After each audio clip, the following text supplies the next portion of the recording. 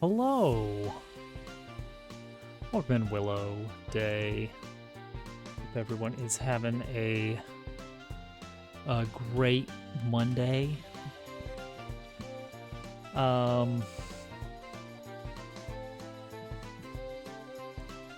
We're going to do some shader stuff today.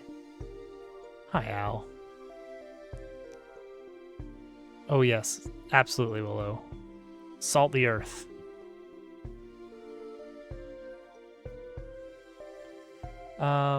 Okay. Need to get out paint. We're gonna do some geometry here.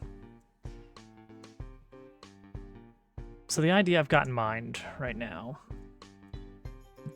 is that we're gonna have a big old pop-up book.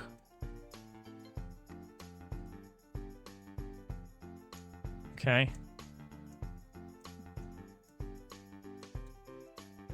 You get the idea. Okay, so a big old book with the lore in it, and it'll have a big old pop-up effect going on here.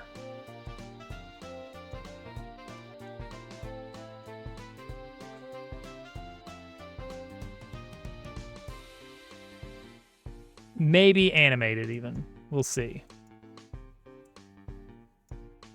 The bug lore. Everyone loves the bug lore.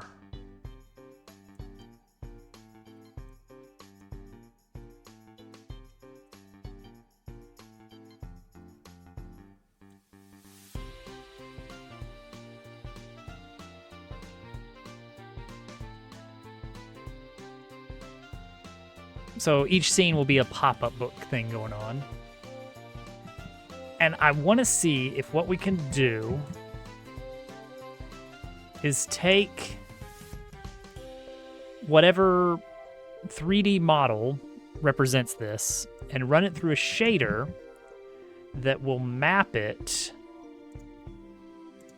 to a vaguely polar coordinate system with origin right here, so that we can basically turn a dial in the code to fold the page over or up or whatever, but like everything can kind of like compress radially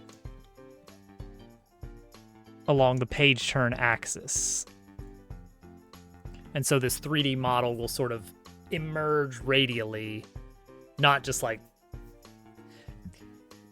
Yoshi's Story. Let's look at the Yoshi Story intro, because it does something that I think it does something that I explicitly don't want to do. Let's see here.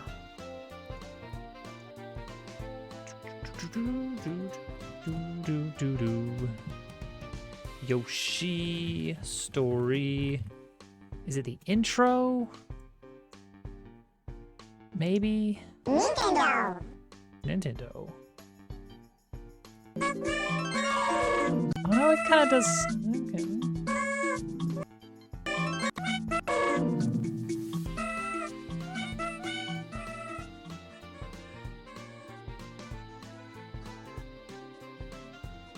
So how does this work? Like, what's going on here? No, that's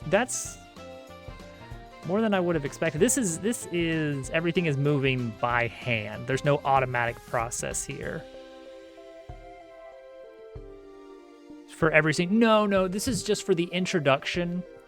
Like,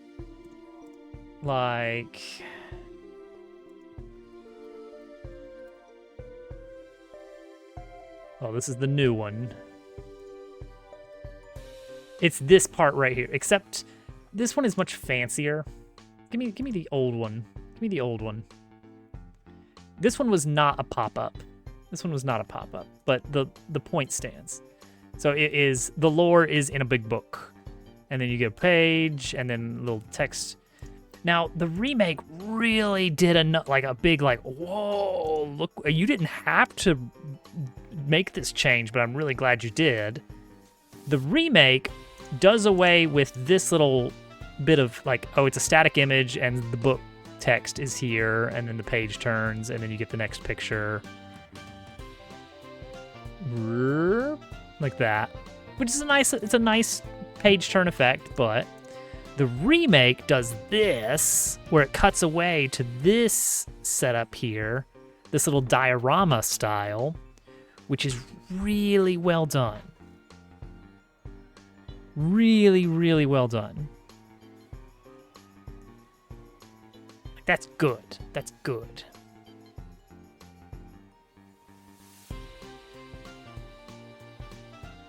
Like, every bit here is so lovingly done.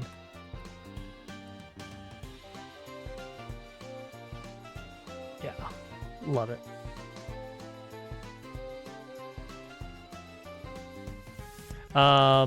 Yoshi's Story.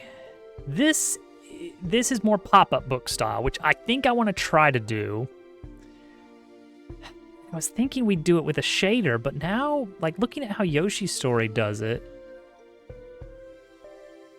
like, it's individual animation. Like, that's not happening automatically as far as I can tell. Like, they are intentionally folding each element out, which is cool. Maybe I should consider doing that.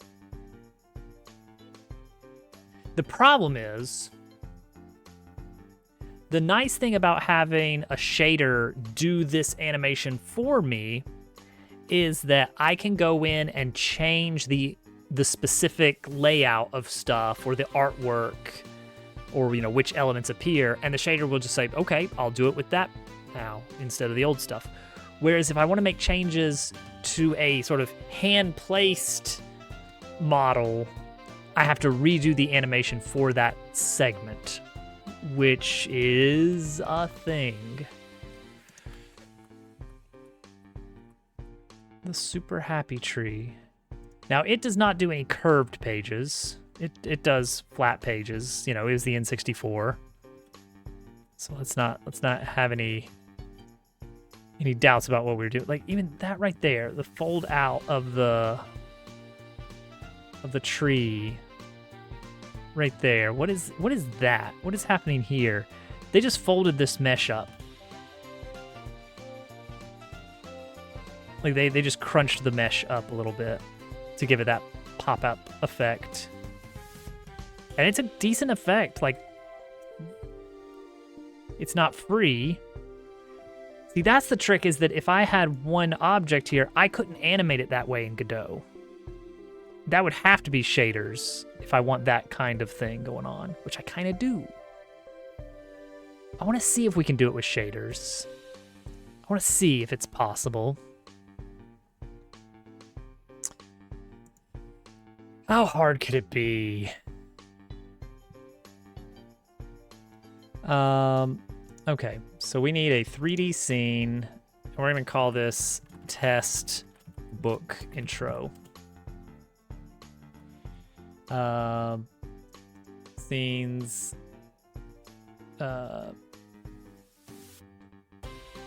guess we'll put it in chapter 0, even though it's not. It's a test, but maybe it'll become the real deal in time. So what we would want is just temporarily. No, don't even do a mesh. Let's use our old standby CSG box. This is a book. All right, we're gonna originate at 0, 0.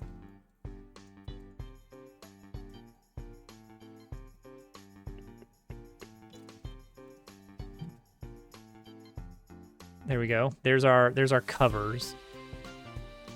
He forgot he had T-shirts. Oh, that's good. There you go. There's the... I mean, I would, but I am streaming. That is a critical detail. Okay. So I want a... I guess let's have... Ooh. Okay. Mesh instance. We're gonna see if we can get away with a flat mesh of a plane facing Z direction. There it is. we are going to... I guess we have to make a shader here. New shader material. And then a new shader. A spatial shader. Put it in shaders book.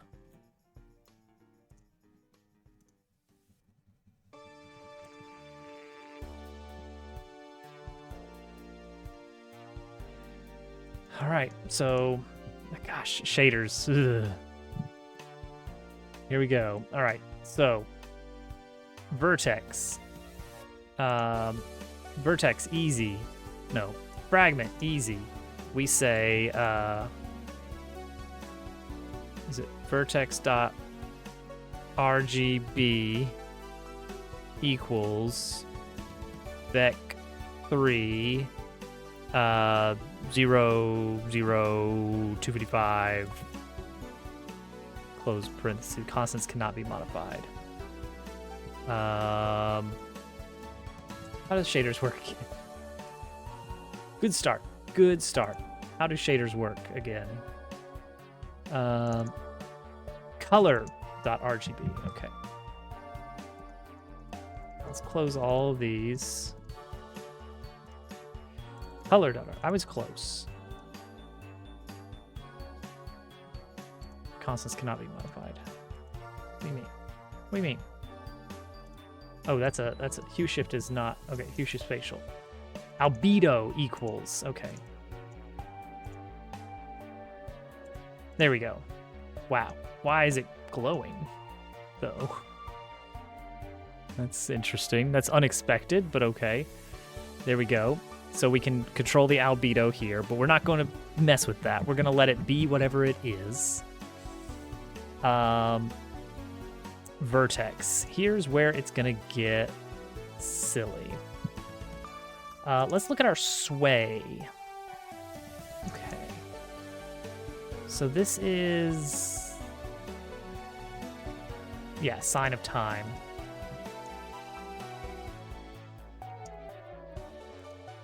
It's a sign of the times.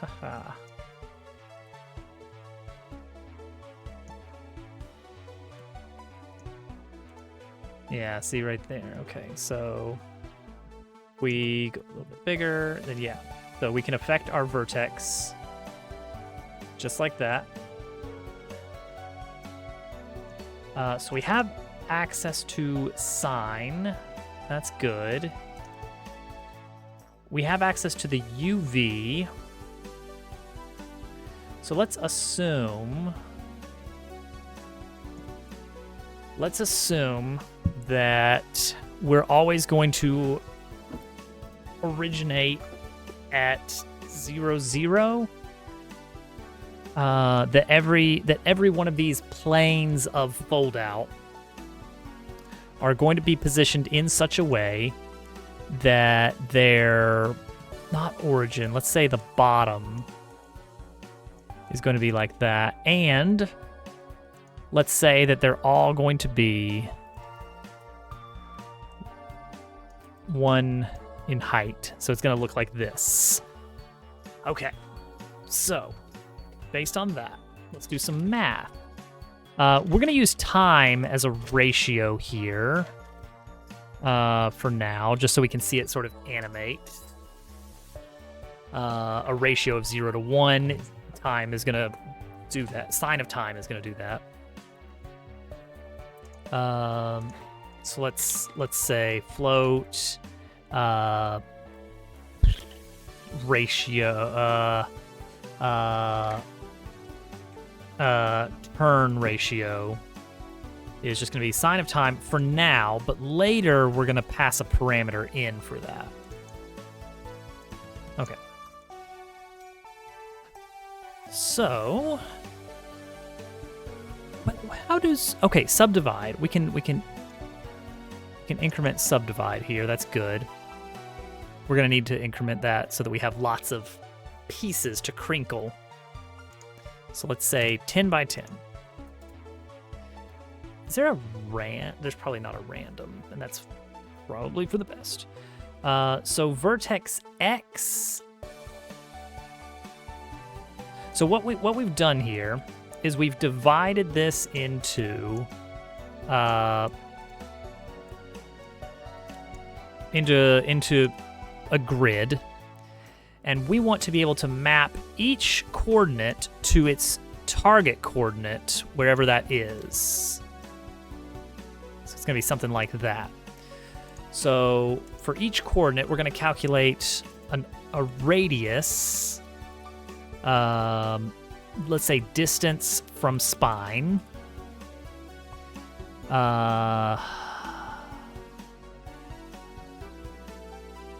We might get distance from spine squared. So that's going to be the UV. I don't know. I guess XY is like 0, 0 on the UV is probably top left. I think. Can I get a confirmation on that somehow? Yes, as a matter of fact, I can, I think. Do you have access to UV here? Can I like do uv.x times 255.0? Yes. Not the number, not the, do I do this? Okay.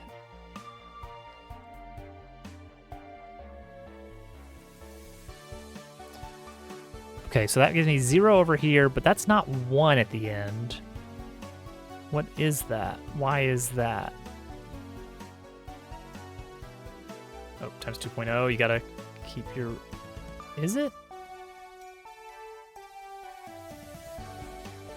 Okay. Well, that gives me at least that is in fact 0. What if I do... Whoa. Okay, that's... how about 255 minus? Nope. 28 minus that? 28 minus? 8? 2? Okay, there we see a difference here. 3. I see it fading, but like barely. So 4. We're getting a 1 to 2. Is it based on the actual height? What if I do this? Is it based on the actual height? I mean, I guess we can assume 2.0 is correct. Let me recount for you the story of what's that? Oh, this is a book. They used to print words on these and you could read them. No, it's not like an Xbox at all. Look, let me just show you. Once upon a time. Father, I cannot click the book. And then uv.y for the green. 0 to 1. Times 2.0.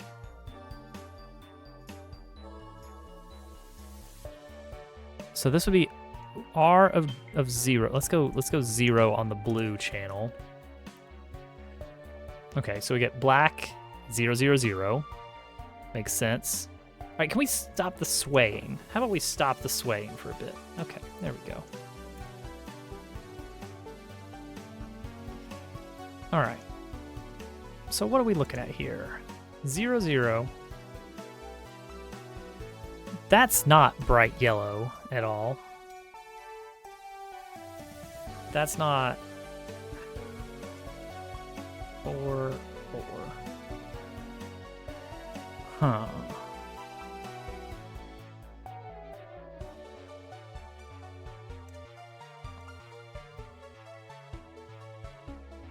Huh.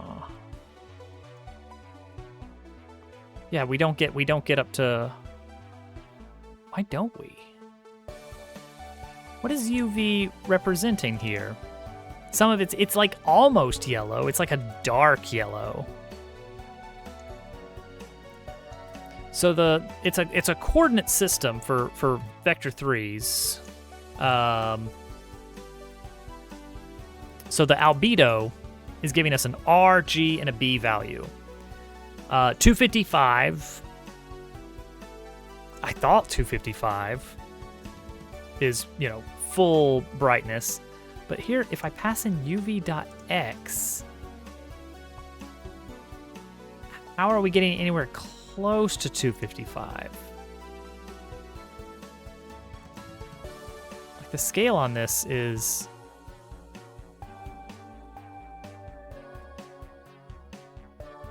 All right. Huh. Okay. Can you go by 2? Is that pure bright yellow down there? That doesn't look like pure bright yellow. And one quick way we can check is we can use a color picker in Godot to get what color this is. Is that so? We got about 160, 171. So quite a ways from pure yellow.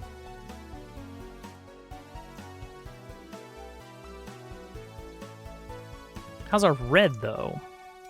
What does this look like? Not quite pure red either. It's a little bit dark. Okay, so what if I go times 4? Where is it getting? All right, hang on. Godot, shader, UV.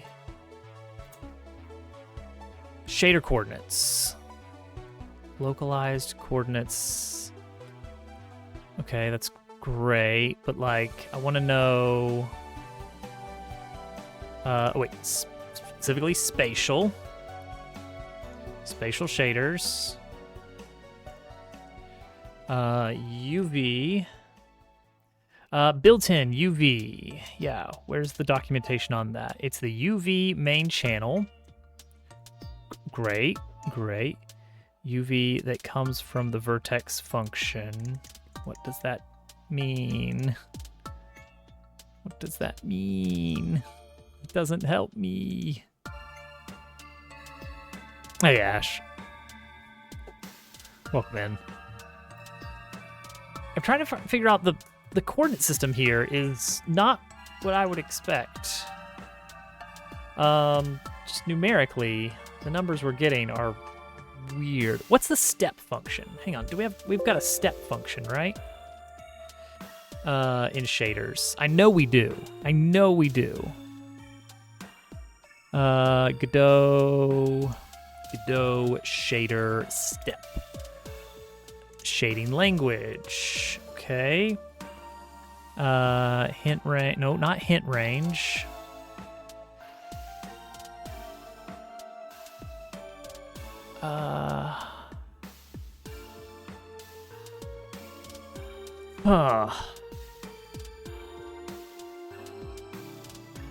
There's no step function. Smooth step. What's that? It's got all these fun things thrown in that it's not telling me. Interpolation. Okay.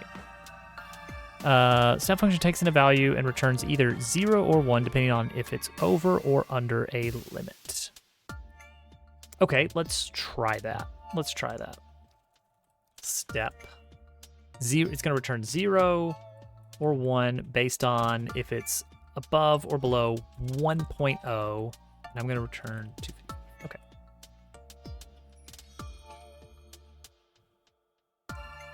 Okay. Okay. Okay. Okay.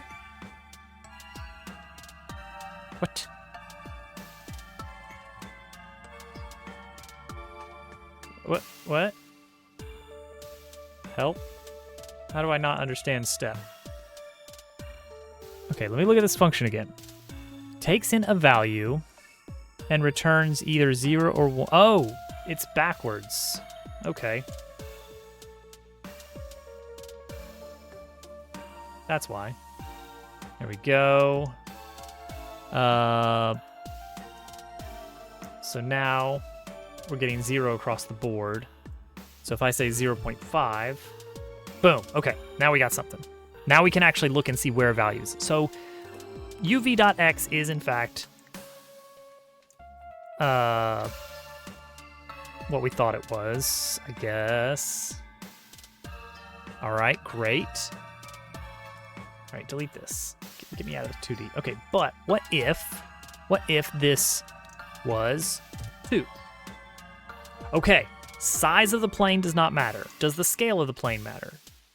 No. Does the rotation of the plane matter? No. Good. Great. Okay, so now we know our coordinate system is 0, 0 up here, 1, 1 right here.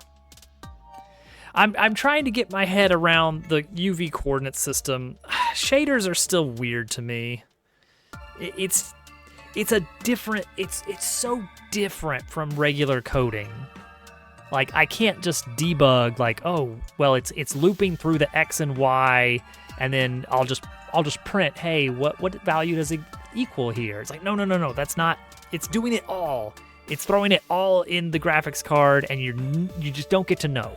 You just have to get really good at reading the documentation, which I'm gonna admit, Godot's shader documentation, not great. Not great. Yeah, exactly. It's just doing it all at once. So you can't really use the usual, you can't step through as you normally would. As I normally would. Okay, so now we at least know 0, 0, 1, 1. Great. That's what we thought. I was just getting some weird values that I didn't expect. So now we're gonna do some weird stuff. Okay, what if... Okay, and if vertex X is moving around, it doesn't care. Fragment happens, and then we apply the vertex changes. So, here's the idea.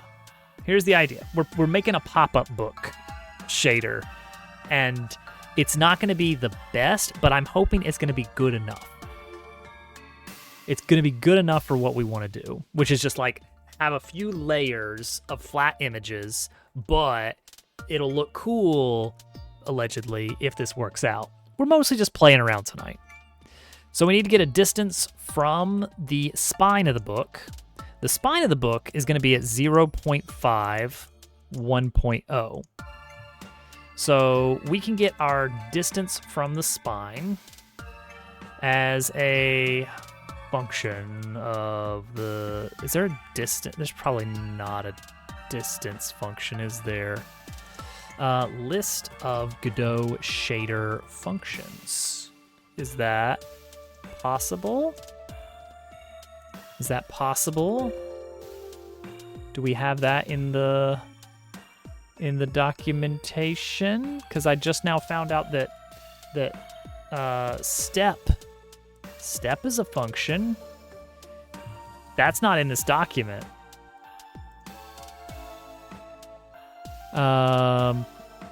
Great. Where are they? Where are you keeping those, Godot? Shading built-in functions. Built-in functions. Oh, here we go. We got it. We have so got it. All right, that's something. It's better than what we had. So, do we have a we do have a distance function. Distance between vectors. Okay. So it is just distance A to B, and it just gives us. So our x value is going to be 0.5, the center of our book, minus uv.x, and then we're going to do 1.0 minus uv.y. Okay. So that's going to be also having to suddenly go back to semicolons. No, it's not going to be a gradient. I'm going to be mapping this to like a polar coordinate, because what I want to do, the effect I want is I want to do this with a mesh, with any mesh. I want it to be able to flatten out radially.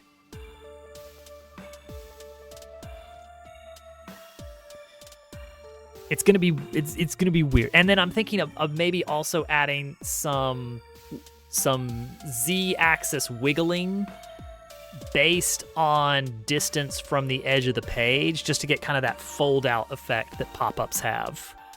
I don't know if that's going to work the way I hope it will, but we're going to see. I think with the right, if we throw the right pings at it, then it's going to be great. Oh, well, look who it is. If it isn't Mr. GQ raiding again.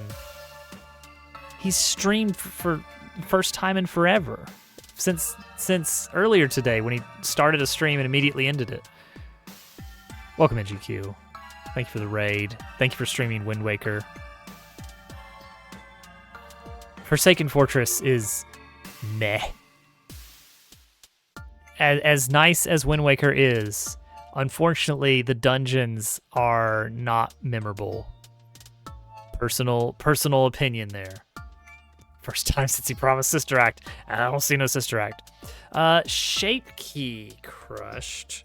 Shape key open animate. Now that's a Blender thing, right? That's not a Godot thing.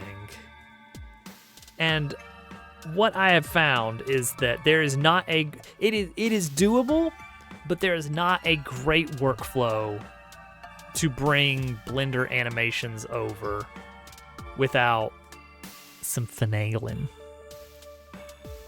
Opinion detected. Opinion party. So what we're gonna do is Lizard Party. I just want to say that we're gonna calculate a theta for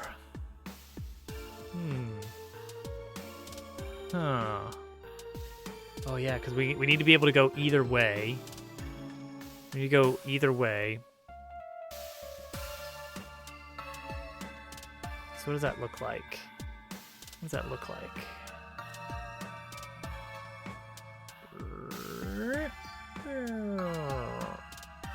Like the center. I guess I want this center. Like, which way is the opening pointing? By default, 90 degrees up when it's open, but when it's closed, it could either be 0 degrees or 180 degrees. So I need that. I need like a center theta.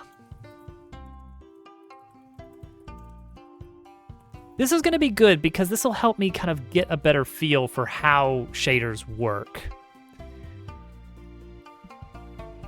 But you do not speak from experience. I tried something ages ago with pulling animations in, but I had a weird use case.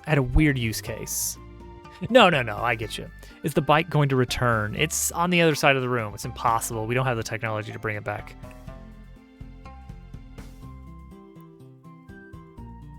Maybe I'll get a DDR pad again and do Stepmania with an awful cheap little pad. Seems like a good idea. What was I trying to do? Okay. Visualize, if you will, an Archimedes spiral. It was part of the game was, I guess I can't open a new document. Part of the game was like there was a bridge that was all spun up, like spiraled up. And I wanted to do an animation where it would unwind. And I found a cool way to do that with like mapping it to a path. And then in Blender, I could say, all right, now the path like unwinds over time or like moves around an axis or something, and it looked great in Blender. And I could not get it into Godot. And I think it's because the way it was being implemented was not the standard way you would do such a thing. It wasn't actually storing positional data. It was all smoke and mirrors. It was calculating them on the fly. And so it wasn't really part of the animation, and the thing that was animated wasn't technically in the model. It was weird. I need to try Blender animations, getting those pulled into Godot again at some point. Just because some of the stuff I'm going to do, that would be very handy. Center theta. We're going to say... Can I say pi? I can say pi. Okay, good. All right.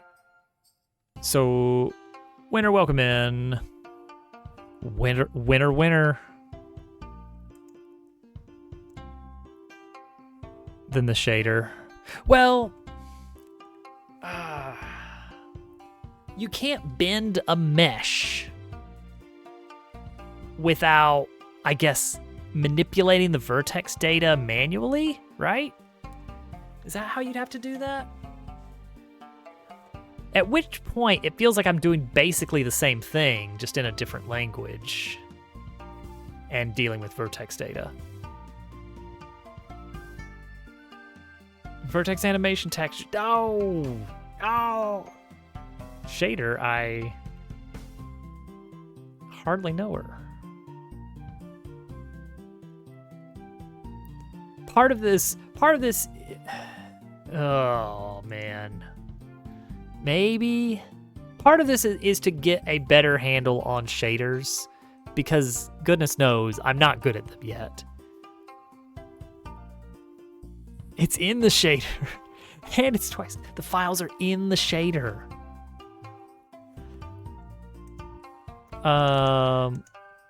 Let's see here. We need our shader practice. We're doing our scales. Okay.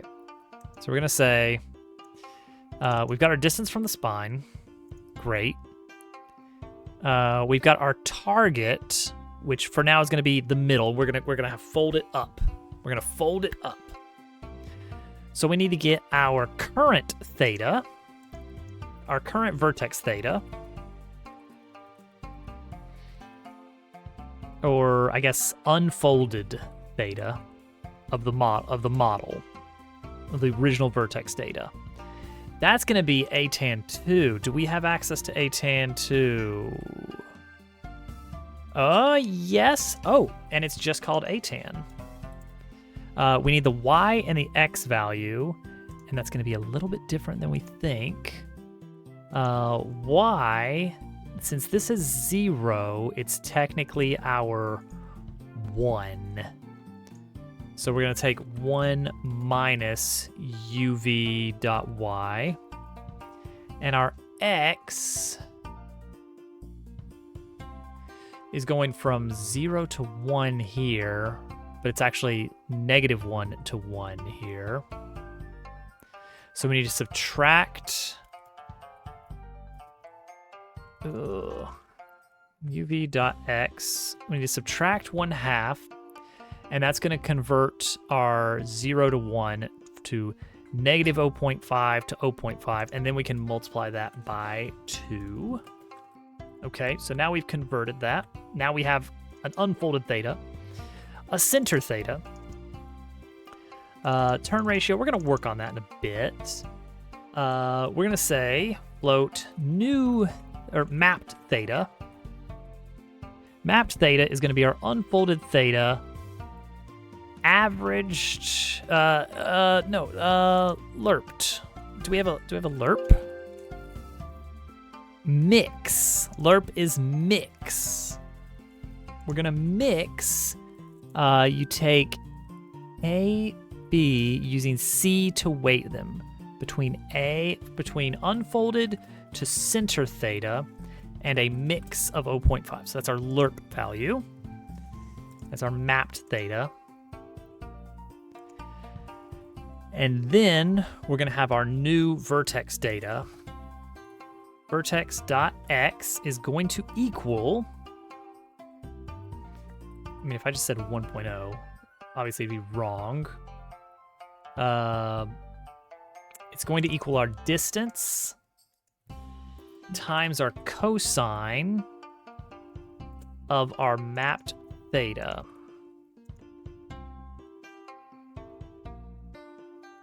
And then y is going to be the same, but sine.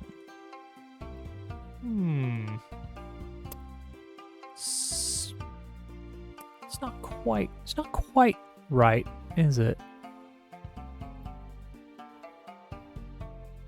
It's not quite what I expected.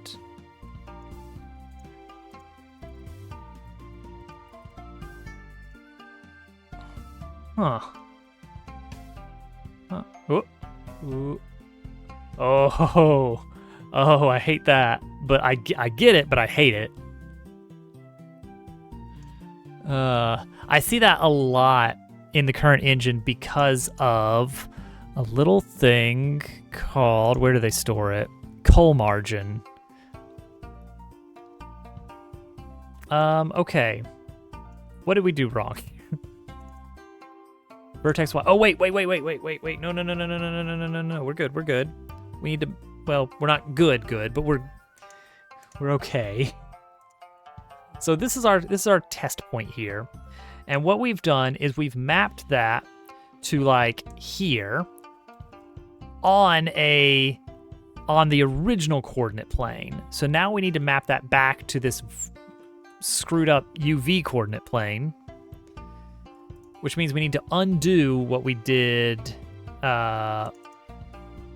here. So that means that X mapping currently is mapping -1 to 1.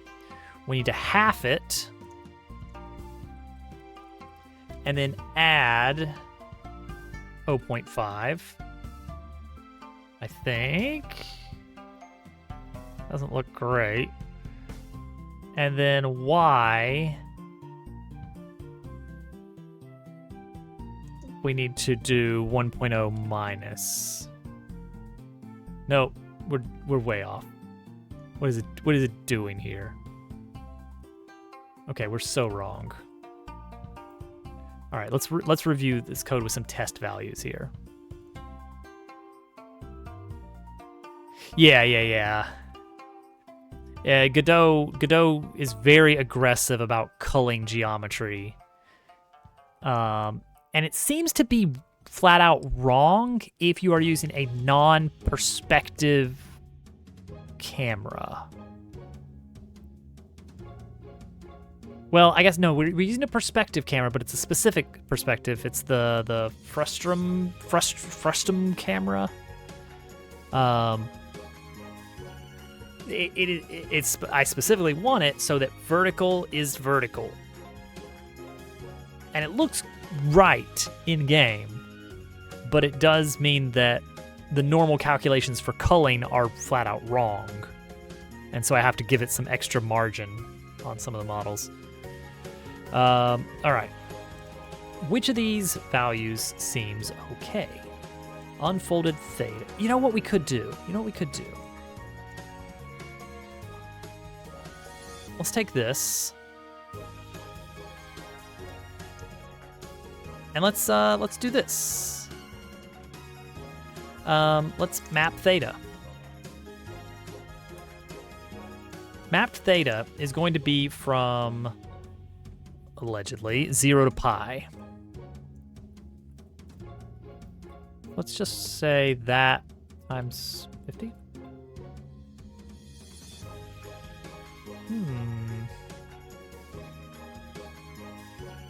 All right, hang on. Go back to 0 on this. All right, UV 0, UV Y. Why is this all yellow? Why is this all yellow? Does the plane have vertices? It should, because I did give it extra subdivision. Is this supposed to be going from 1 to 1? What? It doesn't make any... No, hang on. Stop. Stop right there, mister. Okay. Step. The step function, and I quote,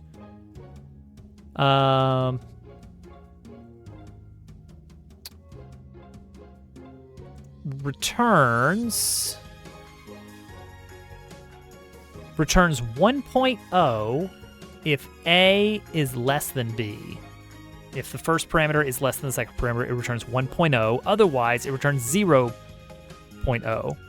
Lizards, great.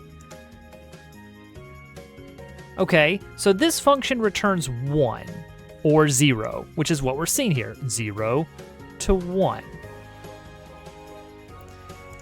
I'm stepping on 0.5, meaning that everything to the left is less than 0.5, and everything above is greater than 0.5. And if I change this to 7.5, we should see, yeah. Okay, so on the UV scale, this is 0, and this is 1.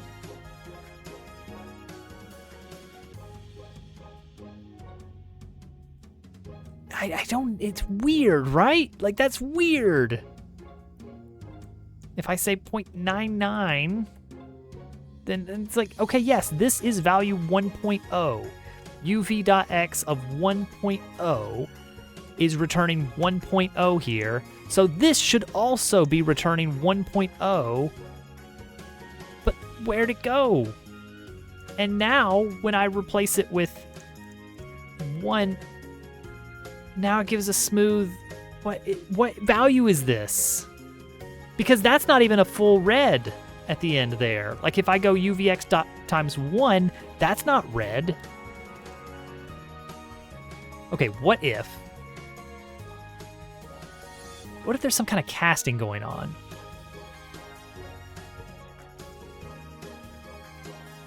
No? No. UVX times 1.0 is still returning this step here. What's the smooth step function look like? Smooth Hermite interpolation between 0 and 1. No, that's not super useful for us.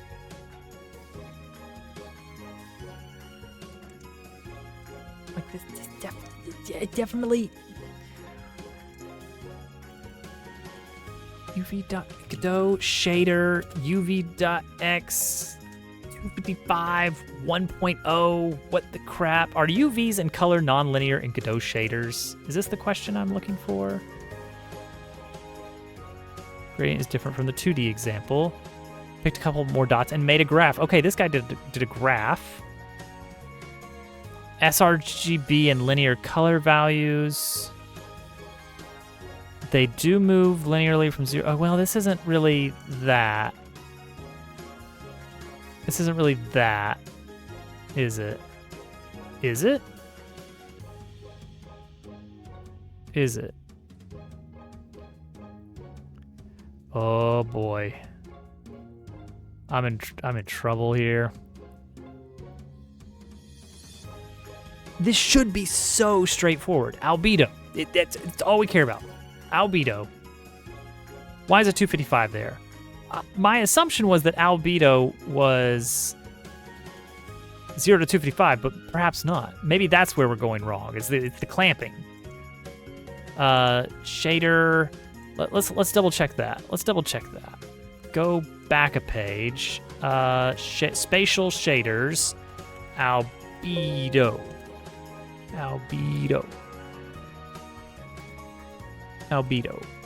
Give me the specs. Give me the specs.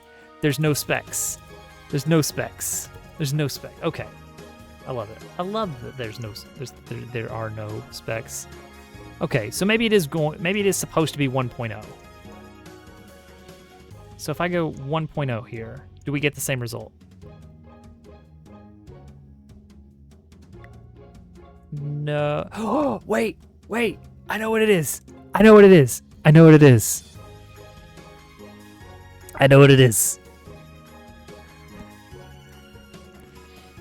Because it's shaded. It's a shaded resource.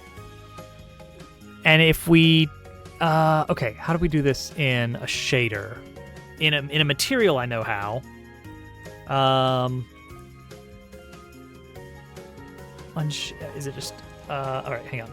Let's do search in just shaders for unshaded. Okay, how does this work? Render mode, unshaded, after spatial type. Okay.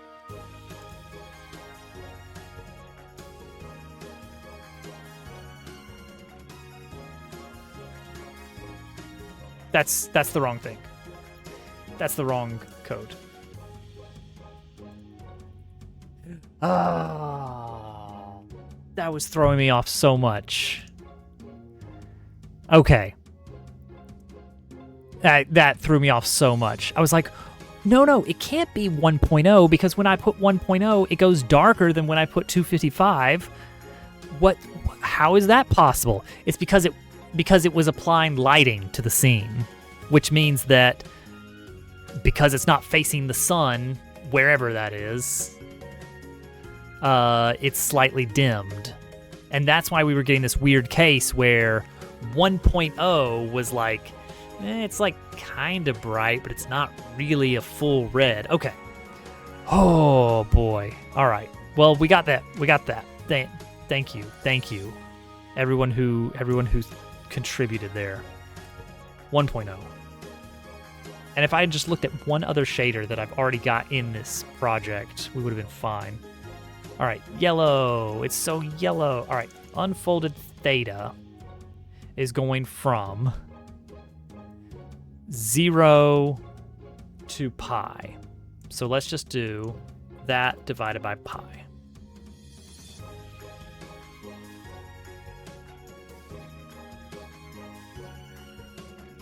Not the values I would have expected. At the very least, you were the rubber duck in the process. And perhaps much more. Am I seeing the values I'm expecting to see here? Can I get... Okay, there is no... Okay, there was a... Step.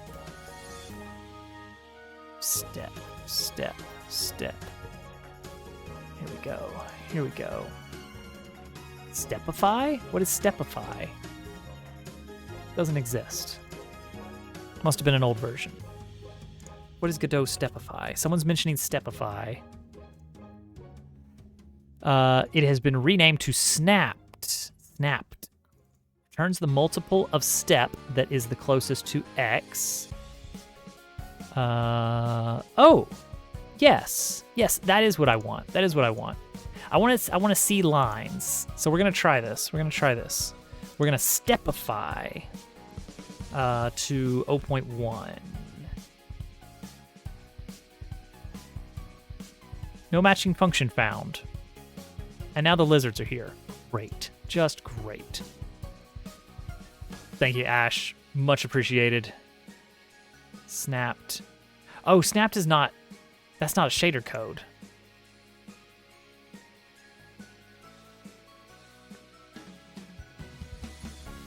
That's not shader code. Okay. What is this?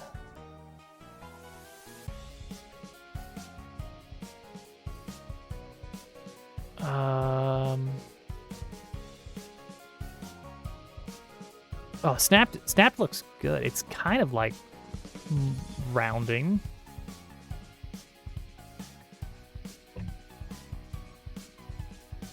Weird. Very weird. Snapped F. What's the difference? Okay, Godot shader snap.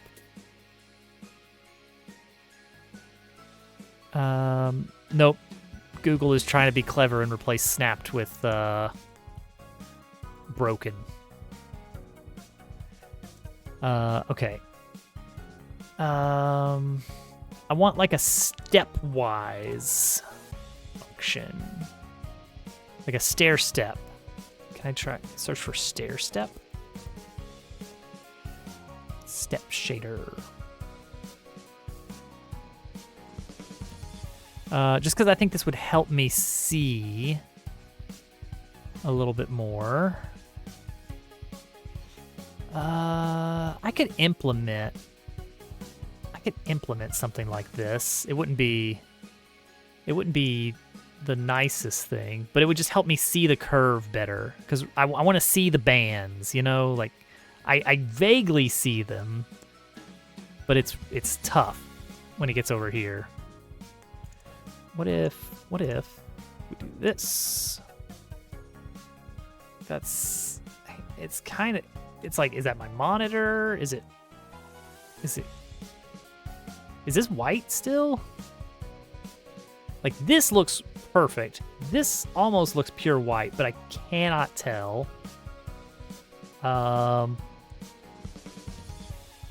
Exactly.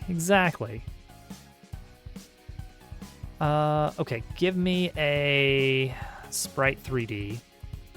Just because that has a modulate, which means that has a color picker. Here we go. Oh, no. It is going down, and then sharply down suddenly. That feels wrong. That feels wrong, right? That doesn't seem right. I think something's wrong here. Yeah, it's like a quadratic curve for some reason.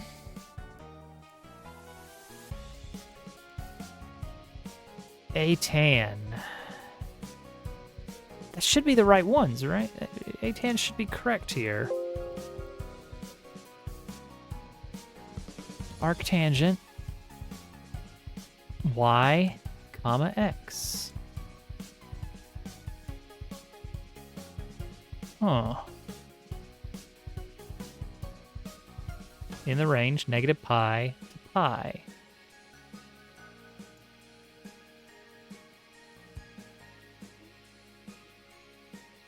So why are we getting such an awkward curve here?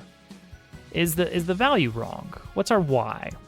We want this to be 0 and the top to be 1. And it's inverted normally, so we just 1.0 minus. Yeah, that looks great. X is more questionable, but it still seems right. A value of 1 should still give us 1. 1 minus 0.5 times 2. Good. A value of 0 should give us negative 1. 0 minus a half is negative half times 2, negative 1. And then a half should give us 0. Yeah, that looks good too. So that seems like that should be correct. So why do we get such an odd curve? Yeah, okay. That's weird, but okay. All right, mapped theta. Let's try this mapped theta. Well, that just looks like nothing. Just like muddied. Well, let's throw turn ratio in here. How about that? Oh. Huh.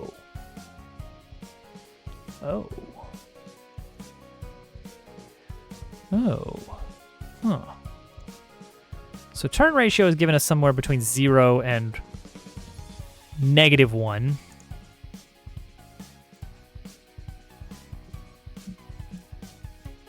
So let's do this.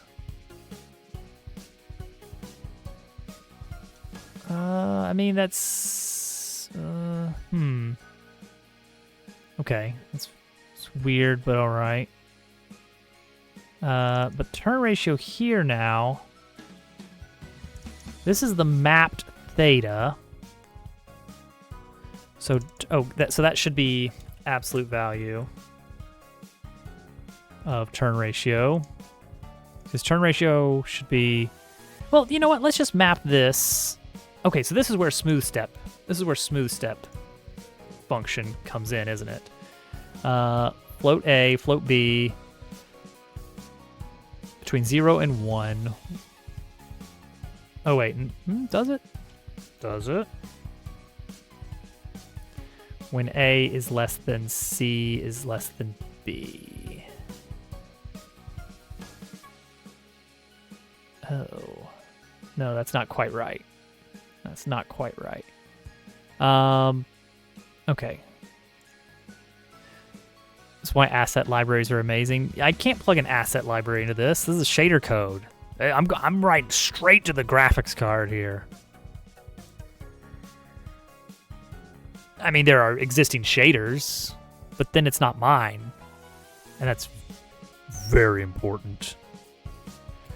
Divide by 2.0 and add 0.5.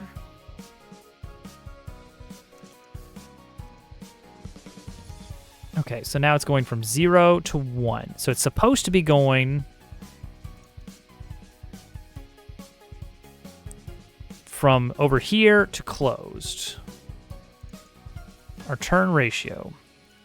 We're mapping this from 0 to 1, right?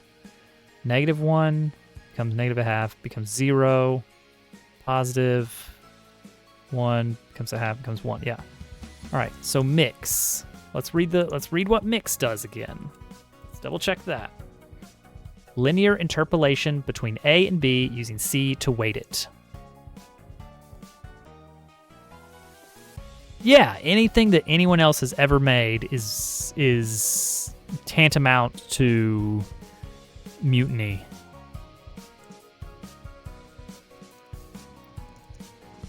Okay, so it's folding up towards the center theta. Okay, so let's change this to full on over here. And it's still not getting anywhere close. Something is not mapping correctly here. And I don't know why, but I feel like it's this right here. This atan value is mapping to the theta, which is great. That's great. We're getting theta back. We're getting a theta from this point out. And then mapped theta is saying, okay, overwrite that with a value that's kind of bumped towards whatever center theta, the center of our pages. In this case, I'm flipping the center of the book from here to here and back. So over time, that's what we should be seeing. Center theta, 0 to pi, based on the turn ratio, which goes over time. So that looks good. So unfolded theta, we're switching that to a new theta value. So it should be pulsing between fully open book and fully closed to the left, which would be completely black. So we should see a radial gradient and then black, and then a radial gradient and then black. But that's not what we're seeing. We're not even using this code, so this code doesn't even matter. Mapped theta. This one's almost certainly incorrect, just based on what we're seeing here. Let's just print it as center theta. White. Yes, because we want this. So that's correct. And if I change this to 2, yeah, we'd get gray. It's a very hardly gray at all value now that I look at it, though. That's barely gray at all.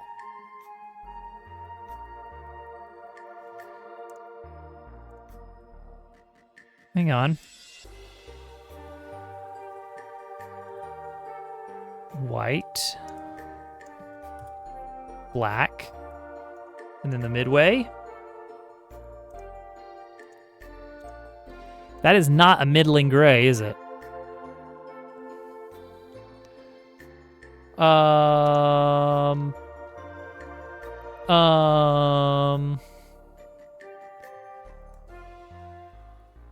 Huh.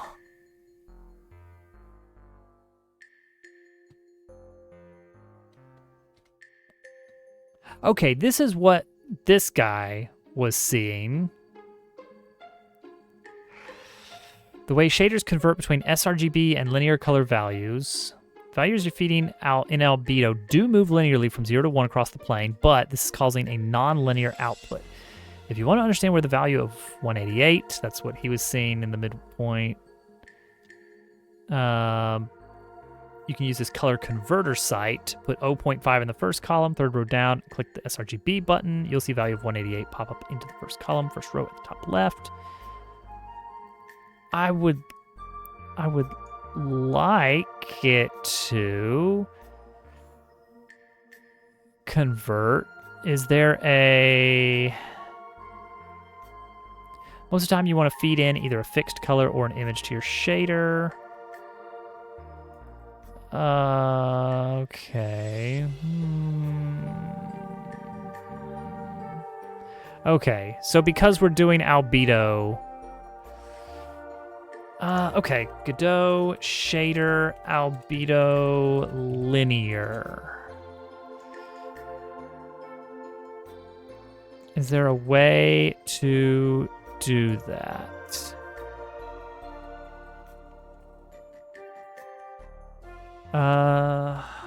Linear, nope. Linear doesn't show up there. Linear depth. Hang on, how about this? Do I have an instance of using linear, the word linear mipmap? Oh no, that's not gonna help us. That's not what we want.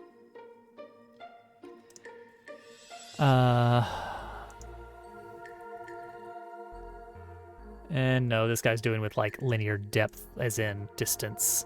Okay, well, how about render mode? Is there other render mode stuff I should know about? Anything like that?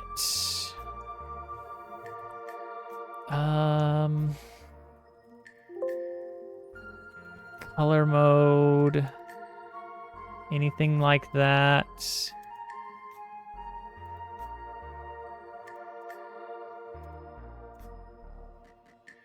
No such luck. Okay. All right. Let's assume that this much is working correctly, though.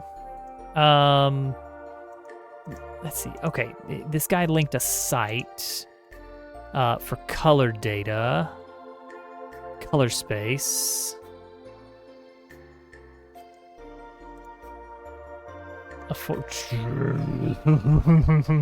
Uh-oh.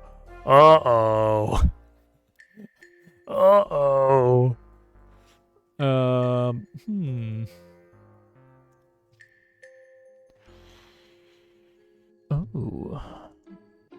Okay. Put 0.5 in the first column, third row down. On third row down, 0.5. And then click the sRGB button on the right. sRGB button on the right. And you will see where the... Oh, okay. Okay, there we go. It's a scary table. Okay, so we want to know then, where can I get 120? Is it a linear relationship? I mean, probably not, right? Between sRGB 8 and whatever this is. Okay, I at least have the value of the middle as 0.2-ish. Computer's wrong. I mean, I've seen the chart. I've seen the graph of color space. I've seen the formulas for true grayscale conversion. Okay. So what we would want to do is do mapped theta divided by pi. And then that's going to give us... Is it not moving anymore? Oh, there it goes. Okay. But I want to move the midpoint.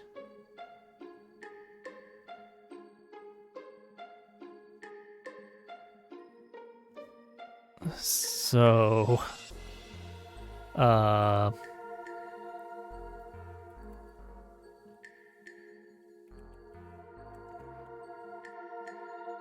Okay, that's at least visible now. It's not the actual value, but it gives me something.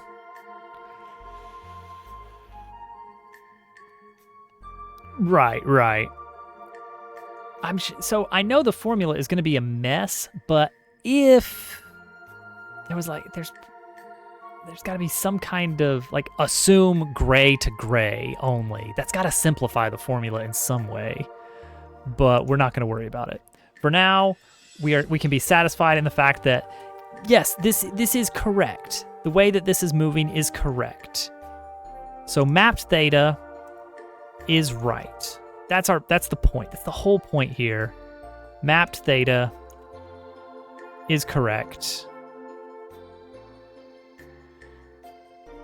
So the next question was, well then why does this look wonky? Because that's certainly not what we want. Is it? No. No. Because mapped theta should be equal to the unfolded theta when turn ratio is 0. So we should see just a plain regular old rectangle at one of these endpoints, and then it should collapse into a line at the other end, like it is doing. So that's something.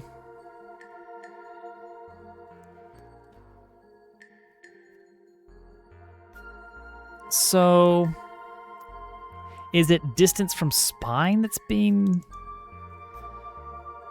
incorrectly calculated?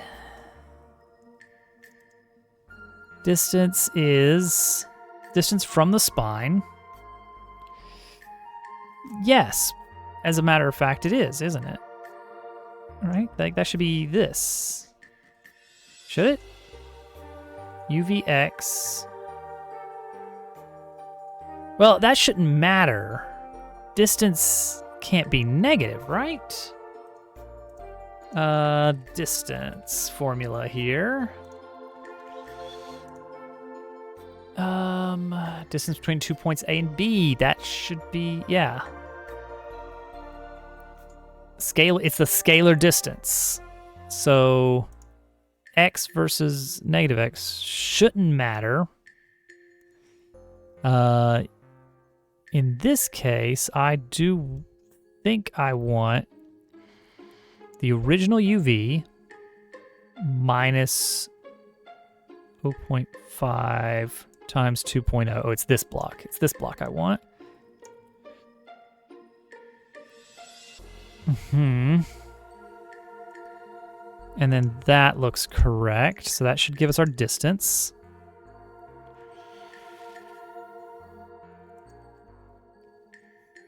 Okay. So that maps it to the old, and then we undo that by saying, great, now divide the X value that you got. No, now subtract 0.5 from that.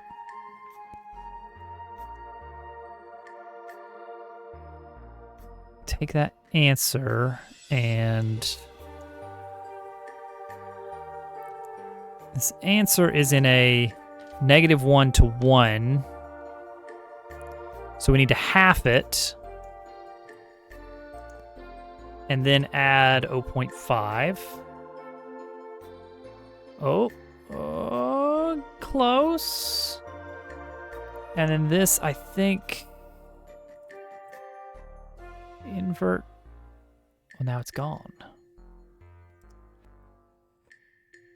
Where did it go?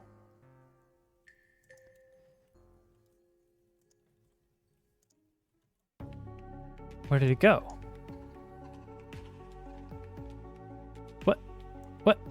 What? Hang on. What?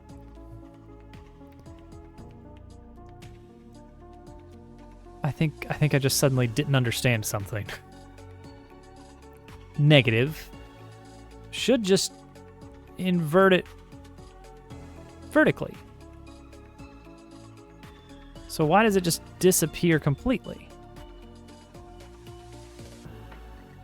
This is not doing what I'd expect it to do. Where is this extra little bubble coming from? That's a good idea.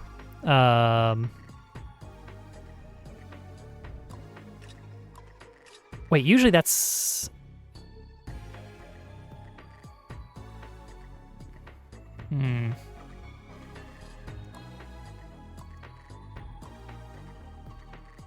Yes, it is that.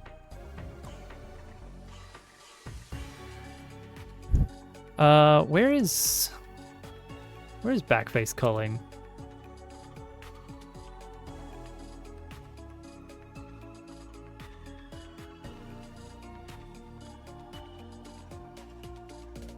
Because it used to be in the material, but if I'm doing a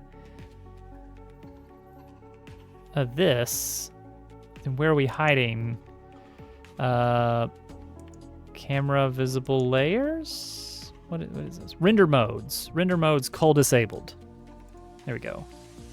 I think. Yay! Okay, that is where it's going. All right. That makes no sense, but yay! All right. So if I am not doing all of this mess, none of this mess at all. This is at least... Okay, so this is pivoting on 0.5, 0.5 UV.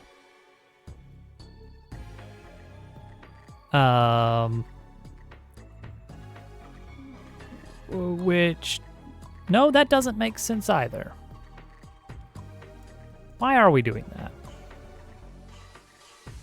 No. We mapped this such that it's pivoting on an abstract point 0, 0.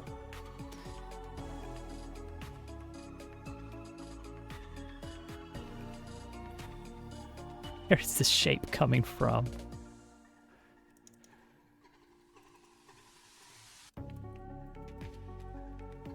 All right, stop it. What is going on here? What is going on here?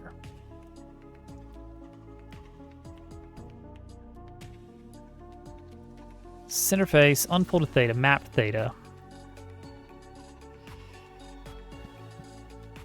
Okay, so we have proven already that it is properly getting the correct values here.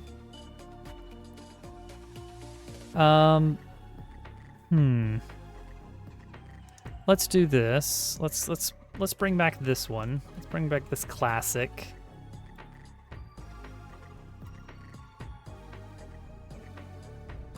Interesting. All right. Thin layer of red at the top.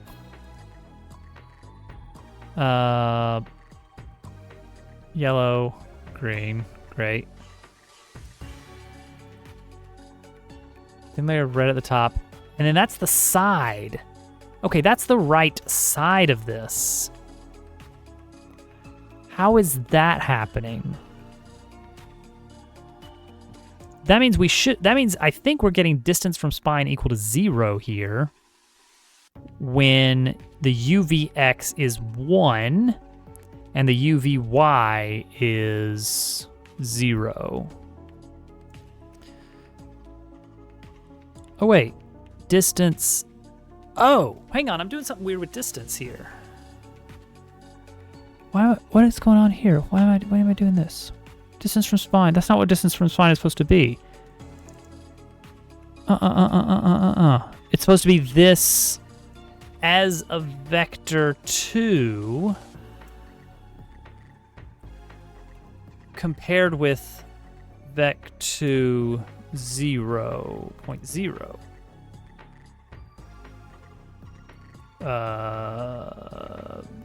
Parentheses. Vector, that's our first vector. Distance function. Yeah, 2 vectors. I was giving it 2 floats. So a vector 2 against a vector 2. Oh.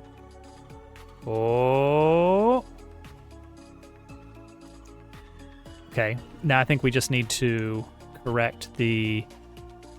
Oh, it's doing it. Oh, we're there, baby. Okay. Now this is still unexpected, but okay. We just need to subtract, or no, add, no, subtract. Okay, but that's 0 and that's 1. Whatever, it works. It's there.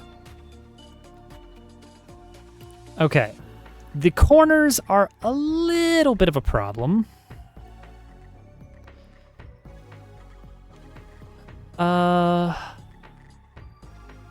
Because that's gonna be weird, right?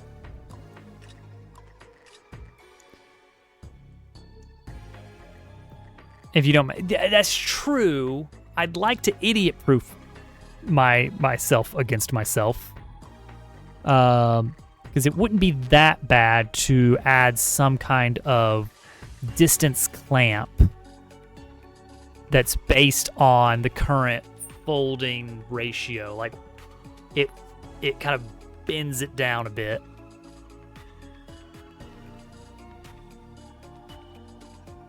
No, I think we can do something really neat with this. If we say distance from spine, oh, this is gonna get unwieldy. Let's do, it's gonna be like as mapped theta. Okay, it's a mix. It's a mix function. We're gonna mix it towards.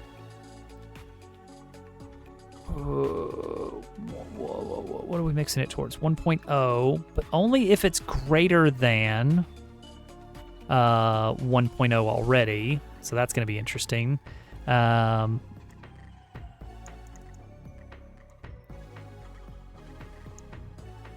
then we're going to do the turn ratio.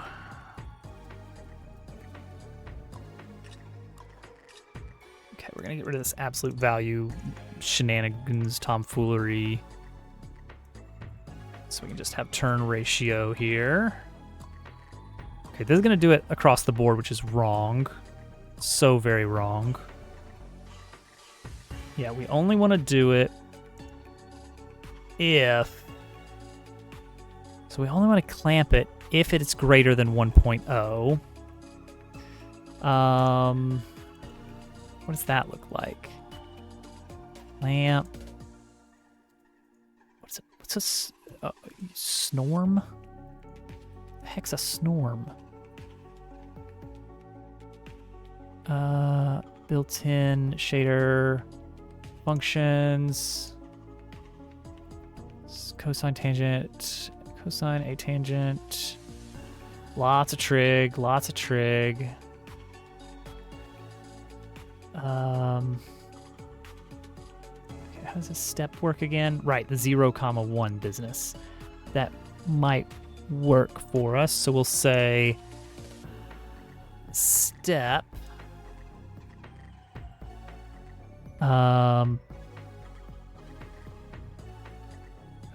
Gosh, I don't know. Distance 1.0.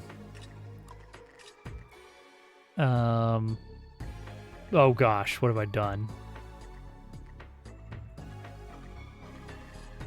Wait, what have I done?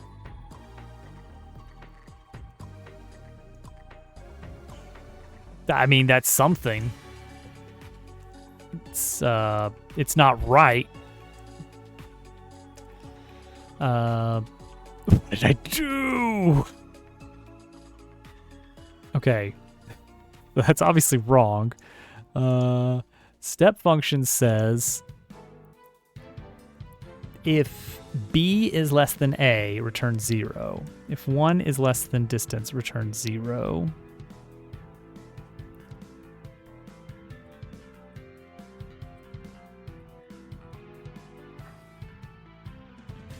Right. Okay. Great. And then... Oh, wait. Did I do it? Did I do it? No, I didn't. It's wrong. It's obviously very wrong. There's this weird red in the middle. That's not supposed to happen. If the distance from the spine is more than... If B is less than A... then return 0. It's wrong. Don't want that. I want to subtract out, or I guess I want to clamp. Godot shader clamp. Oh, okay. Well, yeah, it looks like a bellows of sort. I think clamp is what I want, sort of.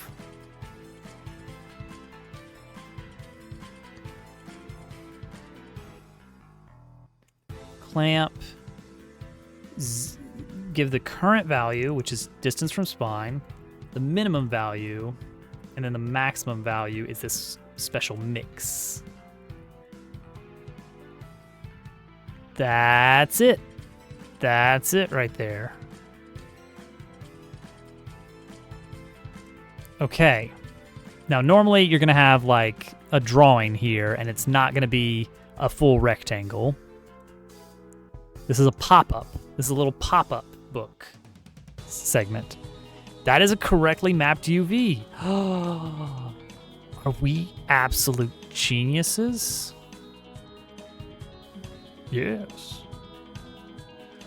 Okay, now for the Z vector. You thought we were gonna get out of this easy. No, no, no, no.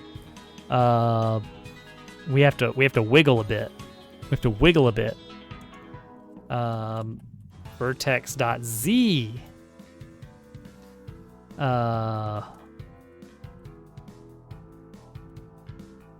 Yeah, so this is going to be this stepwise function that doesn't really exist, where I want it to incrementally... Is there a modulo? Is there a modulo? There is. Modulo division. Okay. So I want to take the original vertex X, and I want to modulo that against 0.5. Oh, wait. Actually, that's kind of what I'm talking about. It's sort of right. Not quite.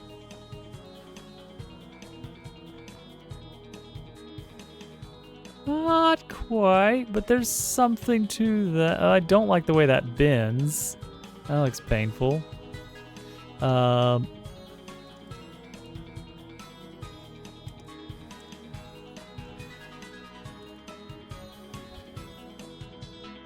we're gonna mix. Oh, I love mixing. This mix is good. We're gonna mix that mystery value towards 0 based on the turn ratio. So that's the first thing we're gonna do, so that it kind of flattens out as it expands. And we're gonna flatten out based on vertex.y. So as vertex.y is closer to 1, so we're going to take turn ratio times 1.0 minus vertex.y. That's not quite it.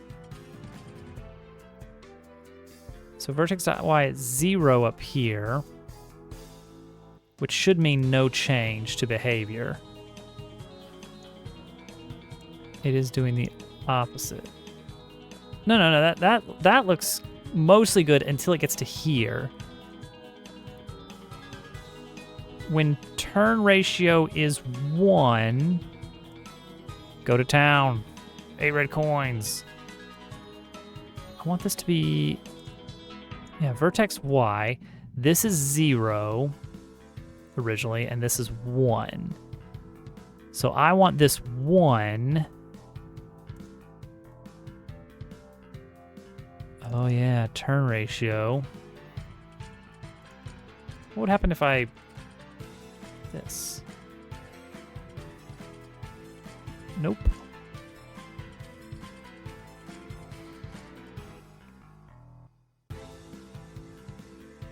I want it to flatten out to 0, even if the turn ratio is 0. So I could just do another mix, right? Nest some mixes. I don't know performance-wise how well this fares.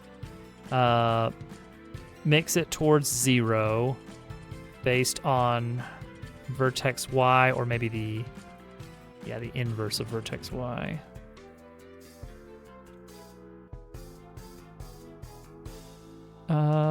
That's not what I expected either, but we're getting somewhere. Yeah, that's going, it's supposed to be that as vertex Y hits the bottom, which is Y1, 0 to 1, that we would take this value and say, nope, we are at 0, so we go all the way to this value. Well, no, that would be vertex, just vertex Y, right? So why are we doing this? Why are we doing this?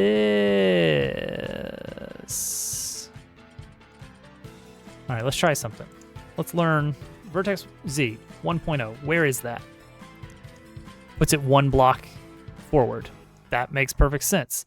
And to confirm, 0 sticks it right where it started. Okay, good. So,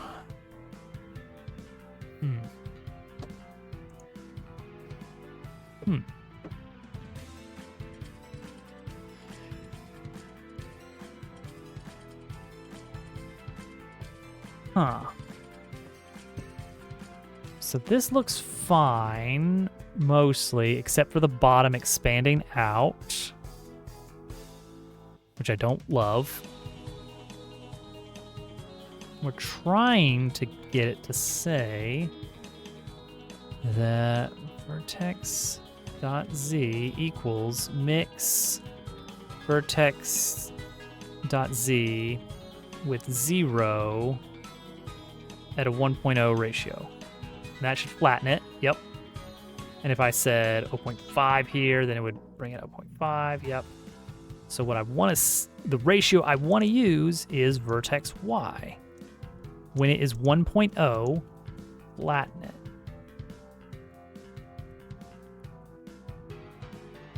But it's not doing that.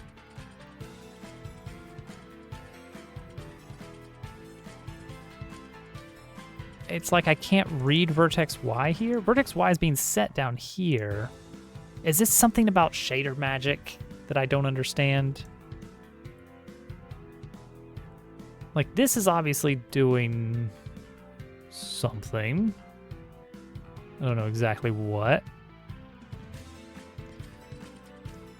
Okay, so how about this? If I said vertex.y again, would this work if I just do not ever overwrite vertex Y later in that shader? No, it's still doing weird.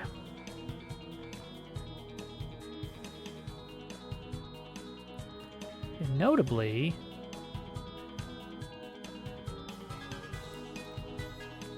I thought Y, oh, wait, you might be right on that.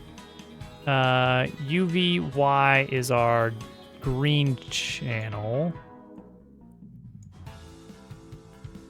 which is very hot. What? Which is 0 at the top and 1 at the bottom.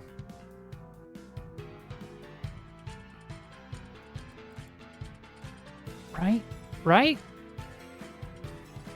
Since it's per vertex. I was thinking of mapping that, like, in my head, this rectangle is just a 0, 0, 0 to 1, 1 grid. And no matter how we bend it or fold it, it's wrinkled up, but it's still that 0, 0 to 1, 1 grid. And everything we are doing to those individual pieces of the paper, it's still based on those original values that are on the page, which is 0, 0 for the top left, 1, 1 for the bottom right. And so if I were to say vertex, I think the vertexes though have their own coordinates you're manipulating. But doesn't this function, maybe not.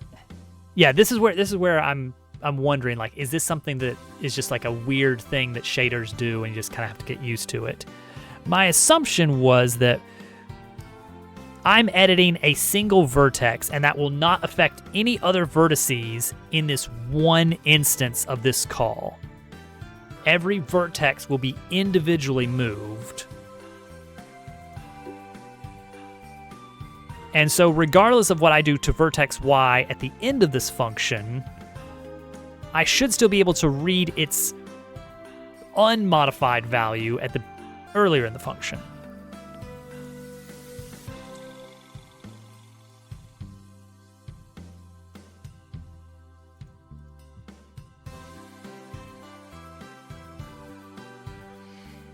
Mix to 0. Vertex z.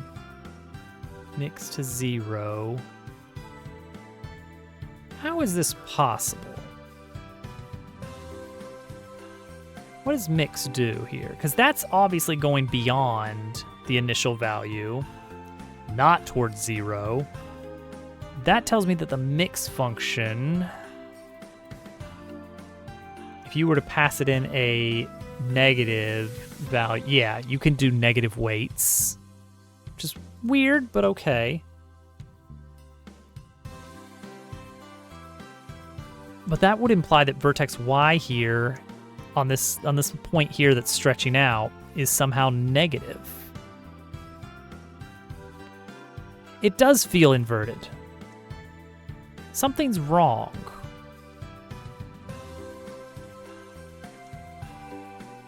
And I think we knew that.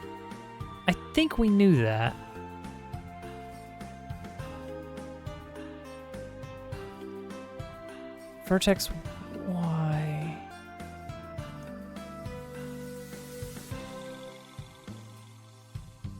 Okay, just give me this. Yeah. Y0 is the top.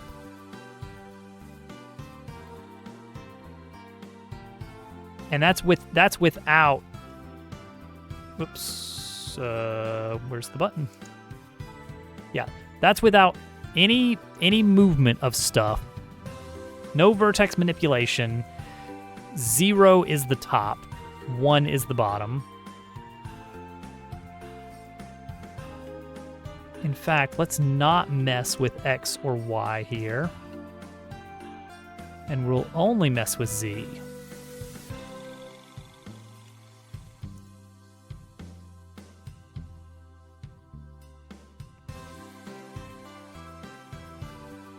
Vertex Y. That's what I'm looking at. And why am I using vertex Y? Why am I not using uv.y like I said I was? It's because I'm using vertex Y. Oh my gosh, I'm an idiot. How did I start confusing those? I'm not supposed to be using vertex X either. I'm supposed to be using uvx. Oh. Or uvu. What am I using? UVX, UVY. What is it not like? UVX. Okay, there we go. Not enough idiot proofing. Never enough idiot proofing.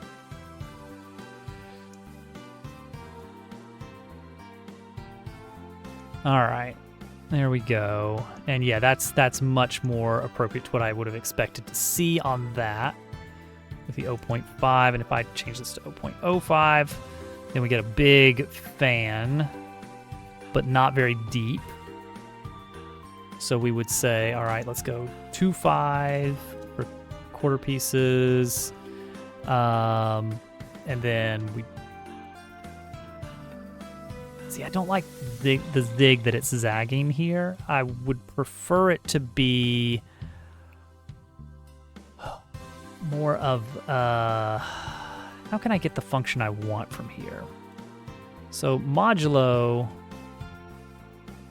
No, that's just straight up modulo. Gives me the sawtooth. But what I would prefer is, of course, this function. How would we approach that?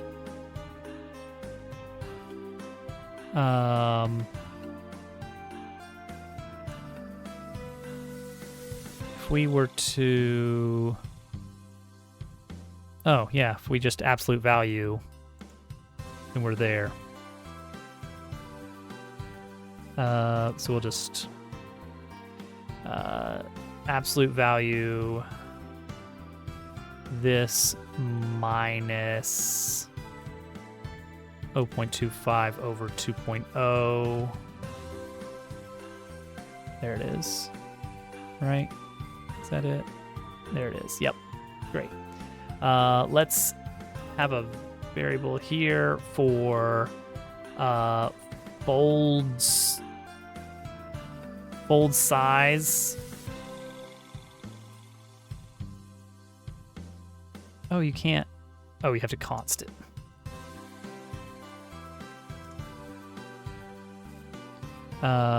Put that in here.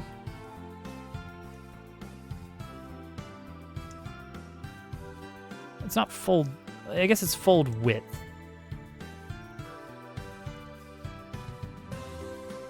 And then we'll have fold depth as 2.0. No, you can do it. We multiply by, after you do all that, you multiply it by fold depth divided by fold width. And so if you bump this up to 5, then it gets thicker. Yeah, look at that. We got a fun little fold out effect. It's getting there. That's the general idea. Now, the full thing is there's going to be a page underneath this as well that kind of flips for the full effect. And that's fair. It's the when you're very well practiced with a hammer, every problem looks like a nail. Which, you know, I'll malform it a bit.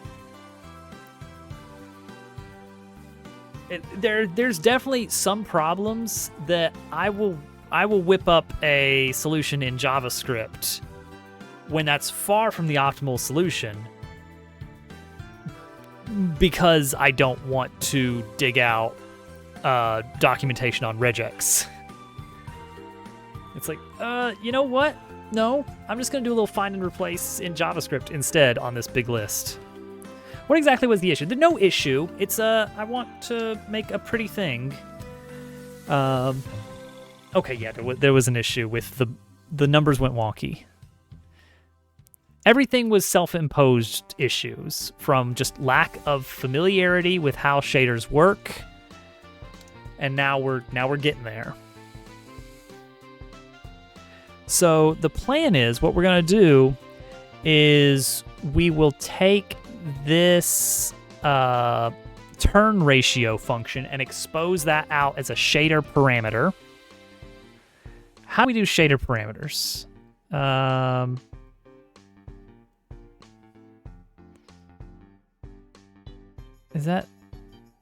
do we do shader parameters? Uniform? I think it's uniform. Uniform float turn ratio. Like that.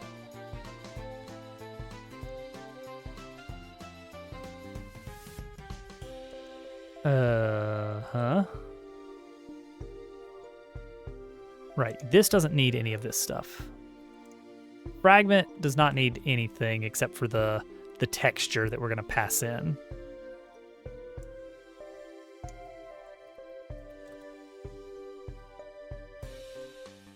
Cool.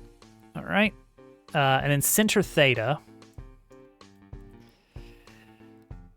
Let's see here. GPU is the graphics card thing, yes, and CPU is that's the processor, the central processing unit. And okay, a graphics card is like an entire computer that goes into your computer, but it only has one task, and that is to do very particular types of math 1,000,000 times faster, let's say. Let's be a little bit hyperbolic. Not necessarily faster, but just more of it. It is a stadium full of mathematicians.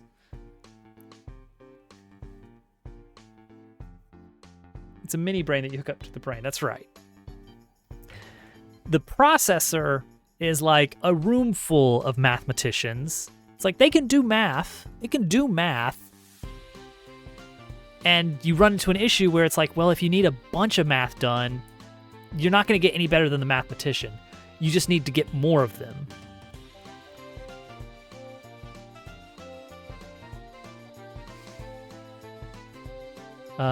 Unfolded center theta is the one we were looking for, and that is going to default to pi over 2.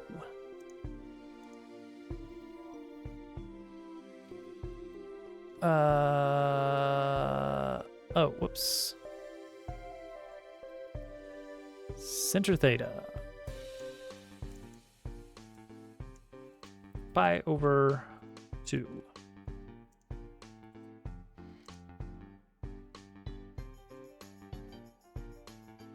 Oh, you can't do... Oh. Huh.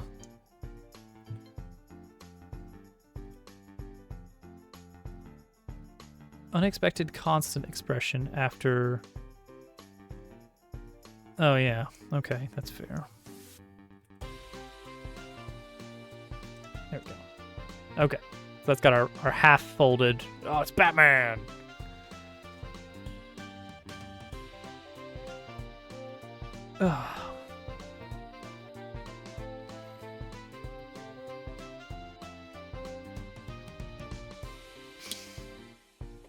Wonderful compliment.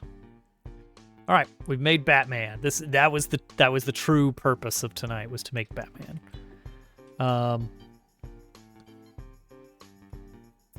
Let's, do I dare try to whip up an example here? Do we have enough time to just try a very crummy version of this? Bring it up. It needs to be a little bit sketchy. We may throw away everything we've done tonight. It's entirely possible, but maybe, hopefully not. Okay, size. Let's go big-ish. No, not too big. Not too big.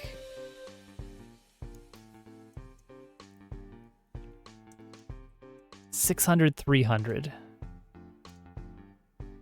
Because we're going to be making... Because this is going to be layers. This is going to be multiple layers. Also, we need to pass in a source image. Can you get another one of those GPUs for a laptop and plug it in from the outside? I have heard of external GPUs. I can't imagine they're good. They're generally not as bad. There you go. It's extremely validating, in my opinion. That's kind of the major downside of laptops in general, is they're not particularly extensible. It's like you get what you get. You're not going to really make any major upgrades for a laptop. They're not really built around modularity, aside from just USB components that you can plug in. Really, even USB feels like less than, I don't know. There's still some things, but like you no longer need to plug in a microphone to a laptop. You never need to plug in a webcam to a laptop. Those are just built in. Okay, so let's go to somewhere special.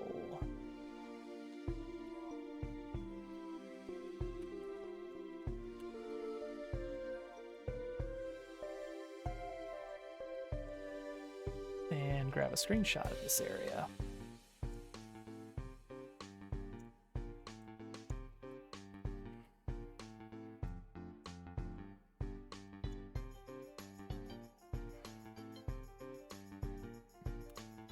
Work. And let's get a nice parchmenty sort of color.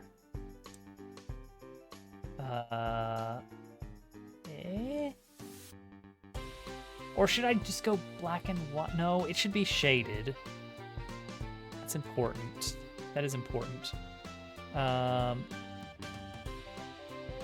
get nice edges here. So yeah, I want to do lots of different layers here, is the idea. I kind of want to make this a little bit more, a little bit caricatured.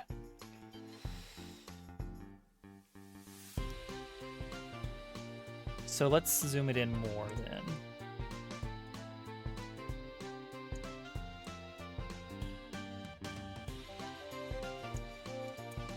All right, that'll work.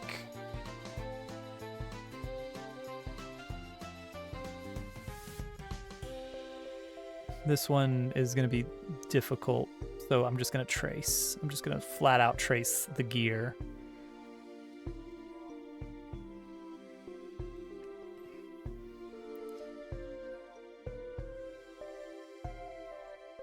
Okay. Expand.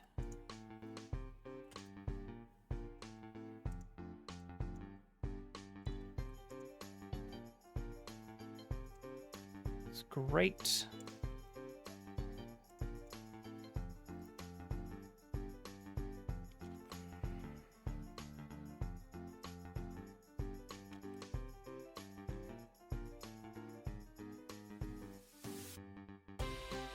Great.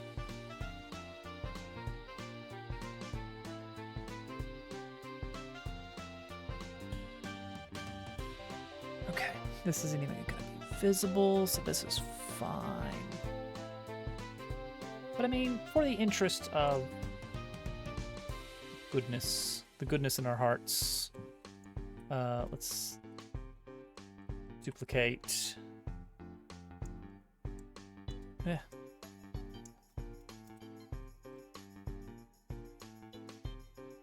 And yeah, that looks really good.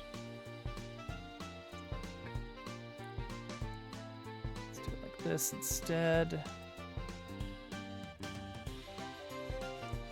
Okay, that's better. Still a little silly. So the gear is going to be kind of the back layer. And then on top of that, we'll have, or no, behind that, we'll have these big pillars here, which that can be just this nice, big,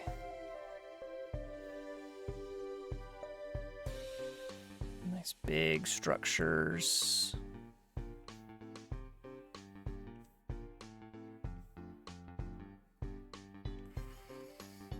Latins, nothing more. That's fine. You're picking up all kinds of things here.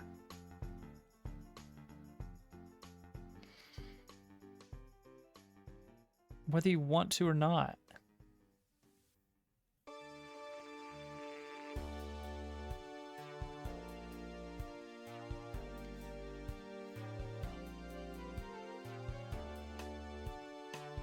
This is supposed to be just a quick test. What are we doing?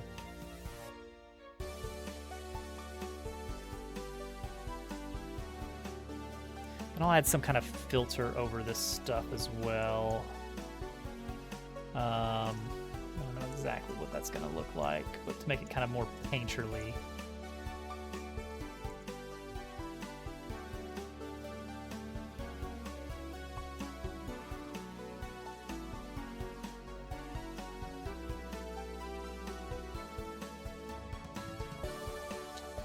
Okay, new layer.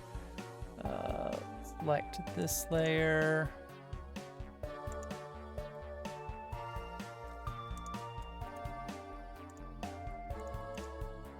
Great, looks so cool.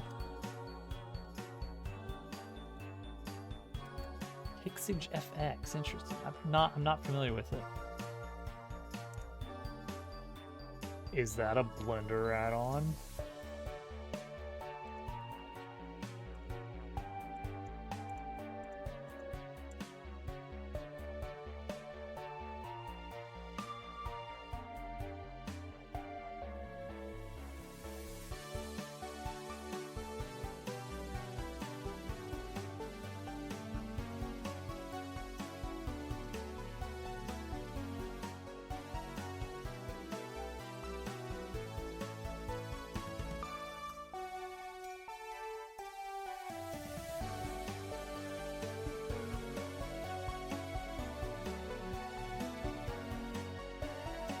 Image processing software that you can get on Steam. Software on Steam is so weird to me, the fact that that's even a thing that exists in the world. It's like, what?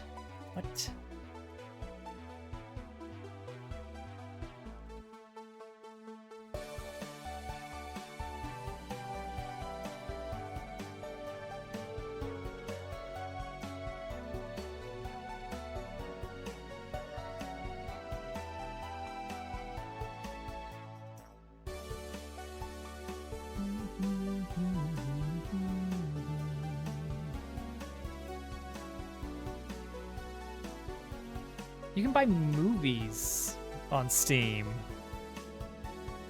Not many of them, but they're there.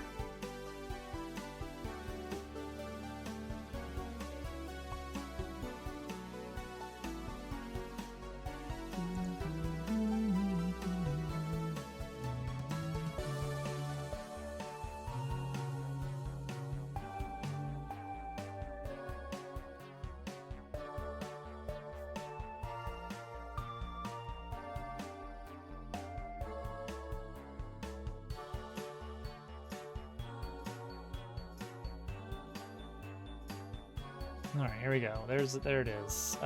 This will be multiple layers. This is gonna be really weird. I guess, yeah. Let's do it. Let's do it 4 layers. 4 layers. In which case, I need to fill this one in real quick. Hold on.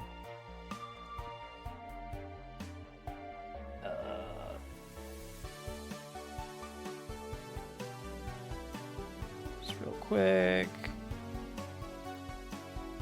No additional shading going on here yet. Okay.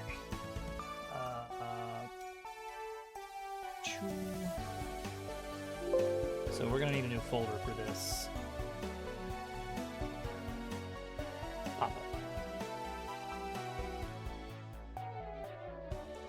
This will be test 1.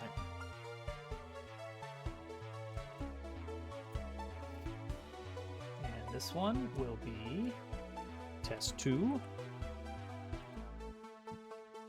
And then we've got test 3. Any guesses for the last file name? Anybody? Test 4. You can go shopping. Oh man. You would not believe it, but I don't like going shopping.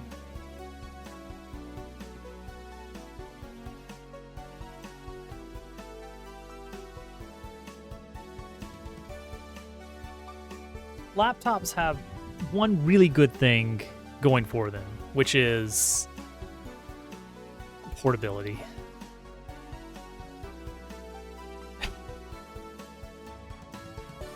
Okay. So we need... Where is this gonna go? It's gonna be a weird one. Okay, so this is our test book. This 99? Does this count as 99? Let's add a folder in here. Pop up.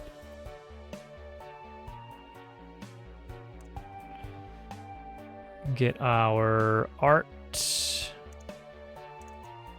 from the pop-up folder. Boom.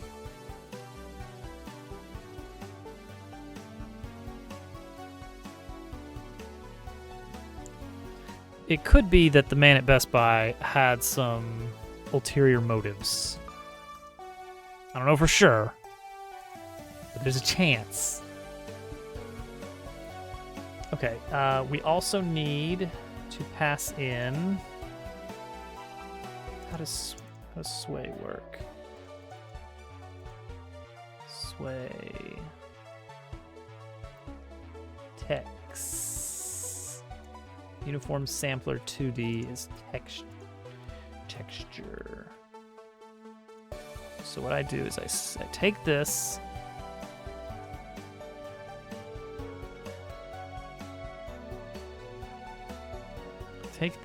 and then I give it shader parameters. I say texture, boom, and then albedo and alpha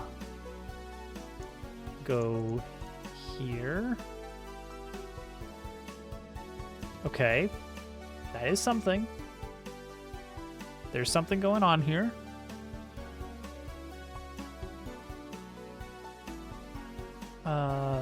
Then duplicate with test 2, but I have to use... I have to make unique. To make the shader unique, I think.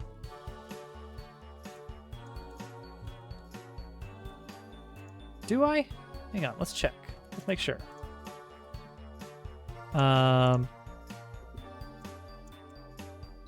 Okay, so that obviously changes both of them. So yeah, I need to make it unique. Yeah, and then I can pass in number 2.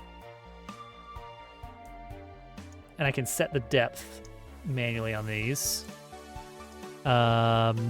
Make unique again, such that shader properties is this one. And then duplicate.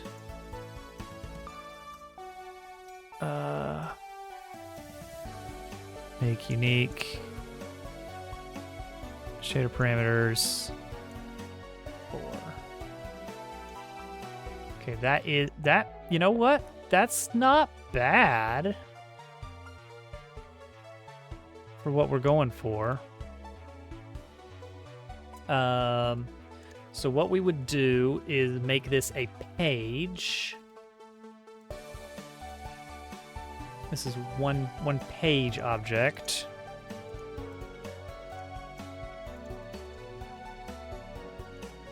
And so we would call this page 1, and we would make a script for it. And we'd put it in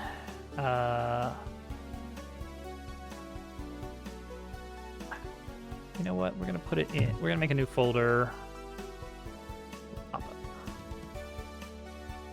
Pop-up page.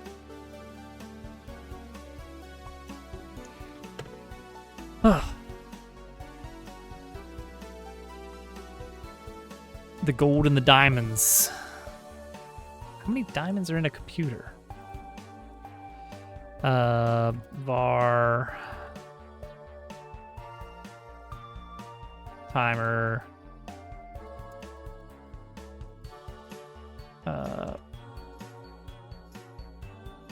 Timer plus equals delta. For child in get children. Okay, there's somewhere where we pass in shader parameters. Where do we do that? Here we go. How do we do this? We get the object, we get the material. So child is a mesh instance. A mesh instance 3D. So mesh.material.set shader parameter.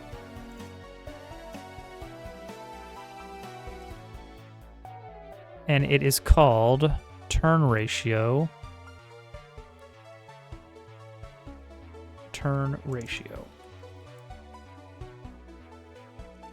And then center theta. That can just sit at pi over 2, but no, let's set it all the way to pi. Why not? But turn ratio, we're gonna let that kind of flip. So we're gonna use timer. We use fmod timer to 1.0. We're gonna divide timer by 4 seconds. Okay. And also we need to, because this is just the way of things, I need to plop in a simple block here for the player to sit on, because the player is going to exist, because that's just how things work in this game. Don't worry about it. Here we go. It immediately failed. Material doesn't exist because it's not material. It is. We ended up doing material override.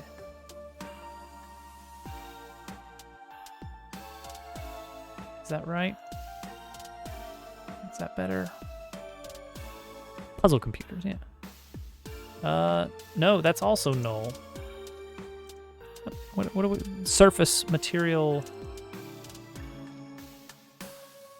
Get surface material override 0. Okay, sure. I should probably just set it to the material. It doesn't matter. It doesn't matter.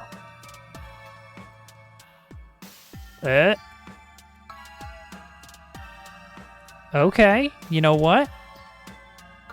It's not bad.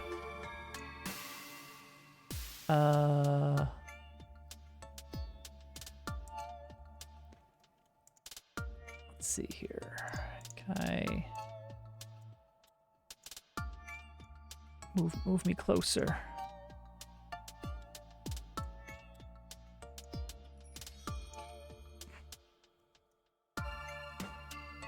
There we go. That'll work. Okay, got a good view of it now. Yeah, like a pop-up book.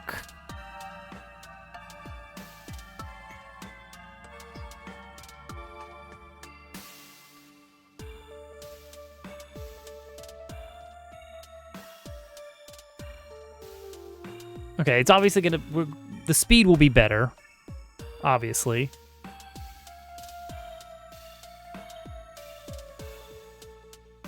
And it'll be much, much bigger.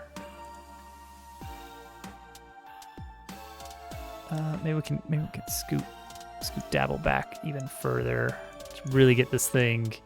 Yeah, something like this. We'll tilt it. Oh, that's a good point. That's a good point. Obviously, we don't want to go linear with that. It's gonna really, Ooh, curve? Can we not just the speed?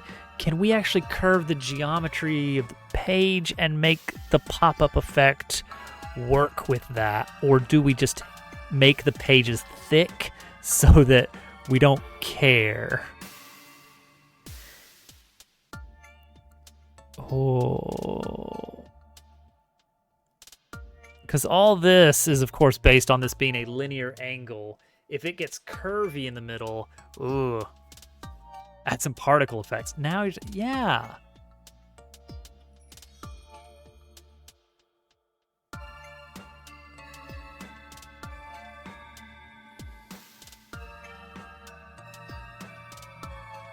It's like if this is fast enough,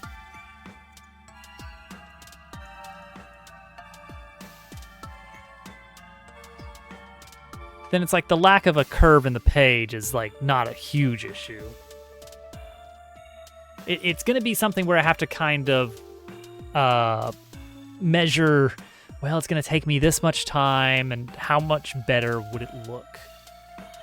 Honestly, this is a good effect. I think we can be proud of that.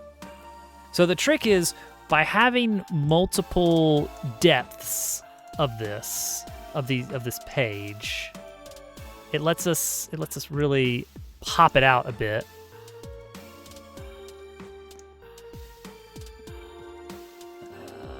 I kind of sandwich these a little bit close together. Now you can see though that you are able to see behind it, so we need to make sure that we fill it to the bottom of the page. Yeah, so this is, do I still have the tab open? I don't. Okay, so the opening of Thousand Year Door, which, believe it or not, Paper Mario is an influence on this game. Paper Mario starts with a little storybook intro. And it's been very influential on this genre of the games I can think of, which is Thousand Year Door and Bug Fables. Both have kind of the storybook intro. In an effort to kind of twist it a little bit, make it a little interesting, we're going to go for a pop-up book. And I looked at Yoshi's Story, because I remember Yoshi's Story also had a pop-up book effect. It was very different. It was nice, but the way they did it would take a lot of like manually positioning elements.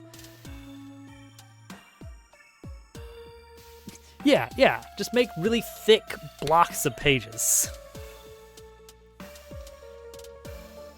Yeah, I think this will work. So it's gonna be this, and then the page will pop up, and I'm gonna have it kind of like sway a little bit, I guess, while it's up, and then it'll kind of read out this one line at a time of the story of the mystical dream machine.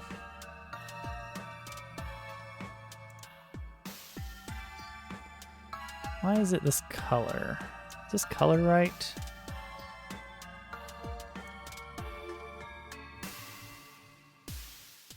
Do we still have that to unshade? It is still unshaded, so I don't know why it's so dim. Is that just what color I made it? I definitely made it brighter than that. That's fine. Oh, we did shaders. Oh, I closed my dashboard. That's fine. Yay. Let me make sure I also save this Krita thing so that we can edit. Like, this was like a quick test, however,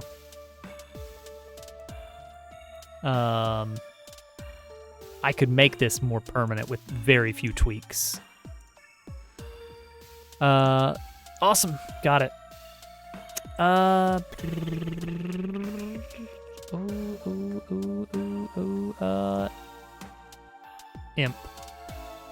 Imperatus. He's doing multi-world with his new layout. The top edge has some noise. Oh, ho, look at that. And that's not on the original image. That's with this mesh. Let's see. What can we do there? We could just cut it off at the top.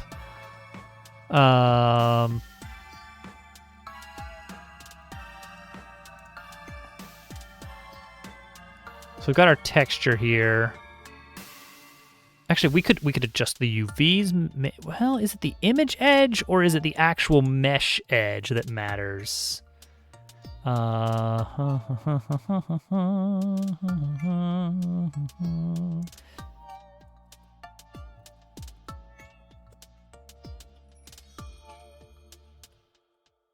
What does this do?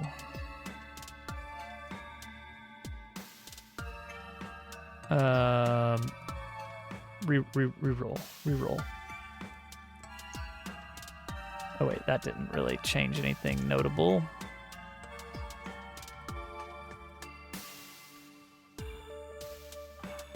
Let me try. I'm trying to scoot up.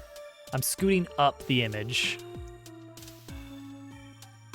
We still get it. We still get that little artifact there along the edge. So even if I were to go like halfway up the image. Wait, no, it's not actually doing what I expected. But I can still see it here. Okay, well, yeah, that'll be something. That's a good question.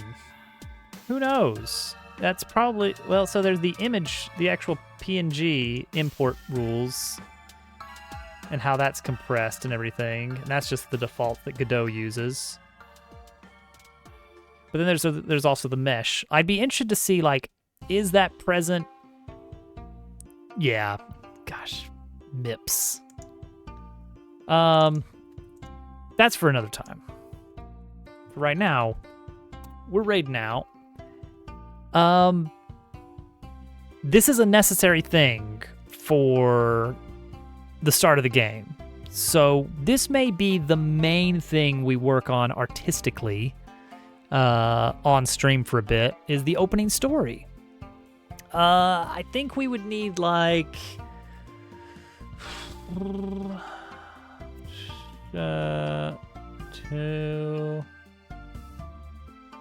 maybe like 4 pop-up pages, roughly. If they turn out really good, maybe we'll do more. Like, I don't know what it's going to look like. But we also need to get the actual page turn effect, add sound, get the dialogue box to show up, get Dabble out of there. The works.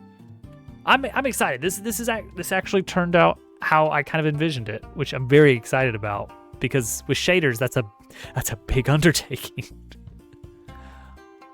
Oh man, it is hard to get confidence with shaders, but we gotta do it. We gotta do it.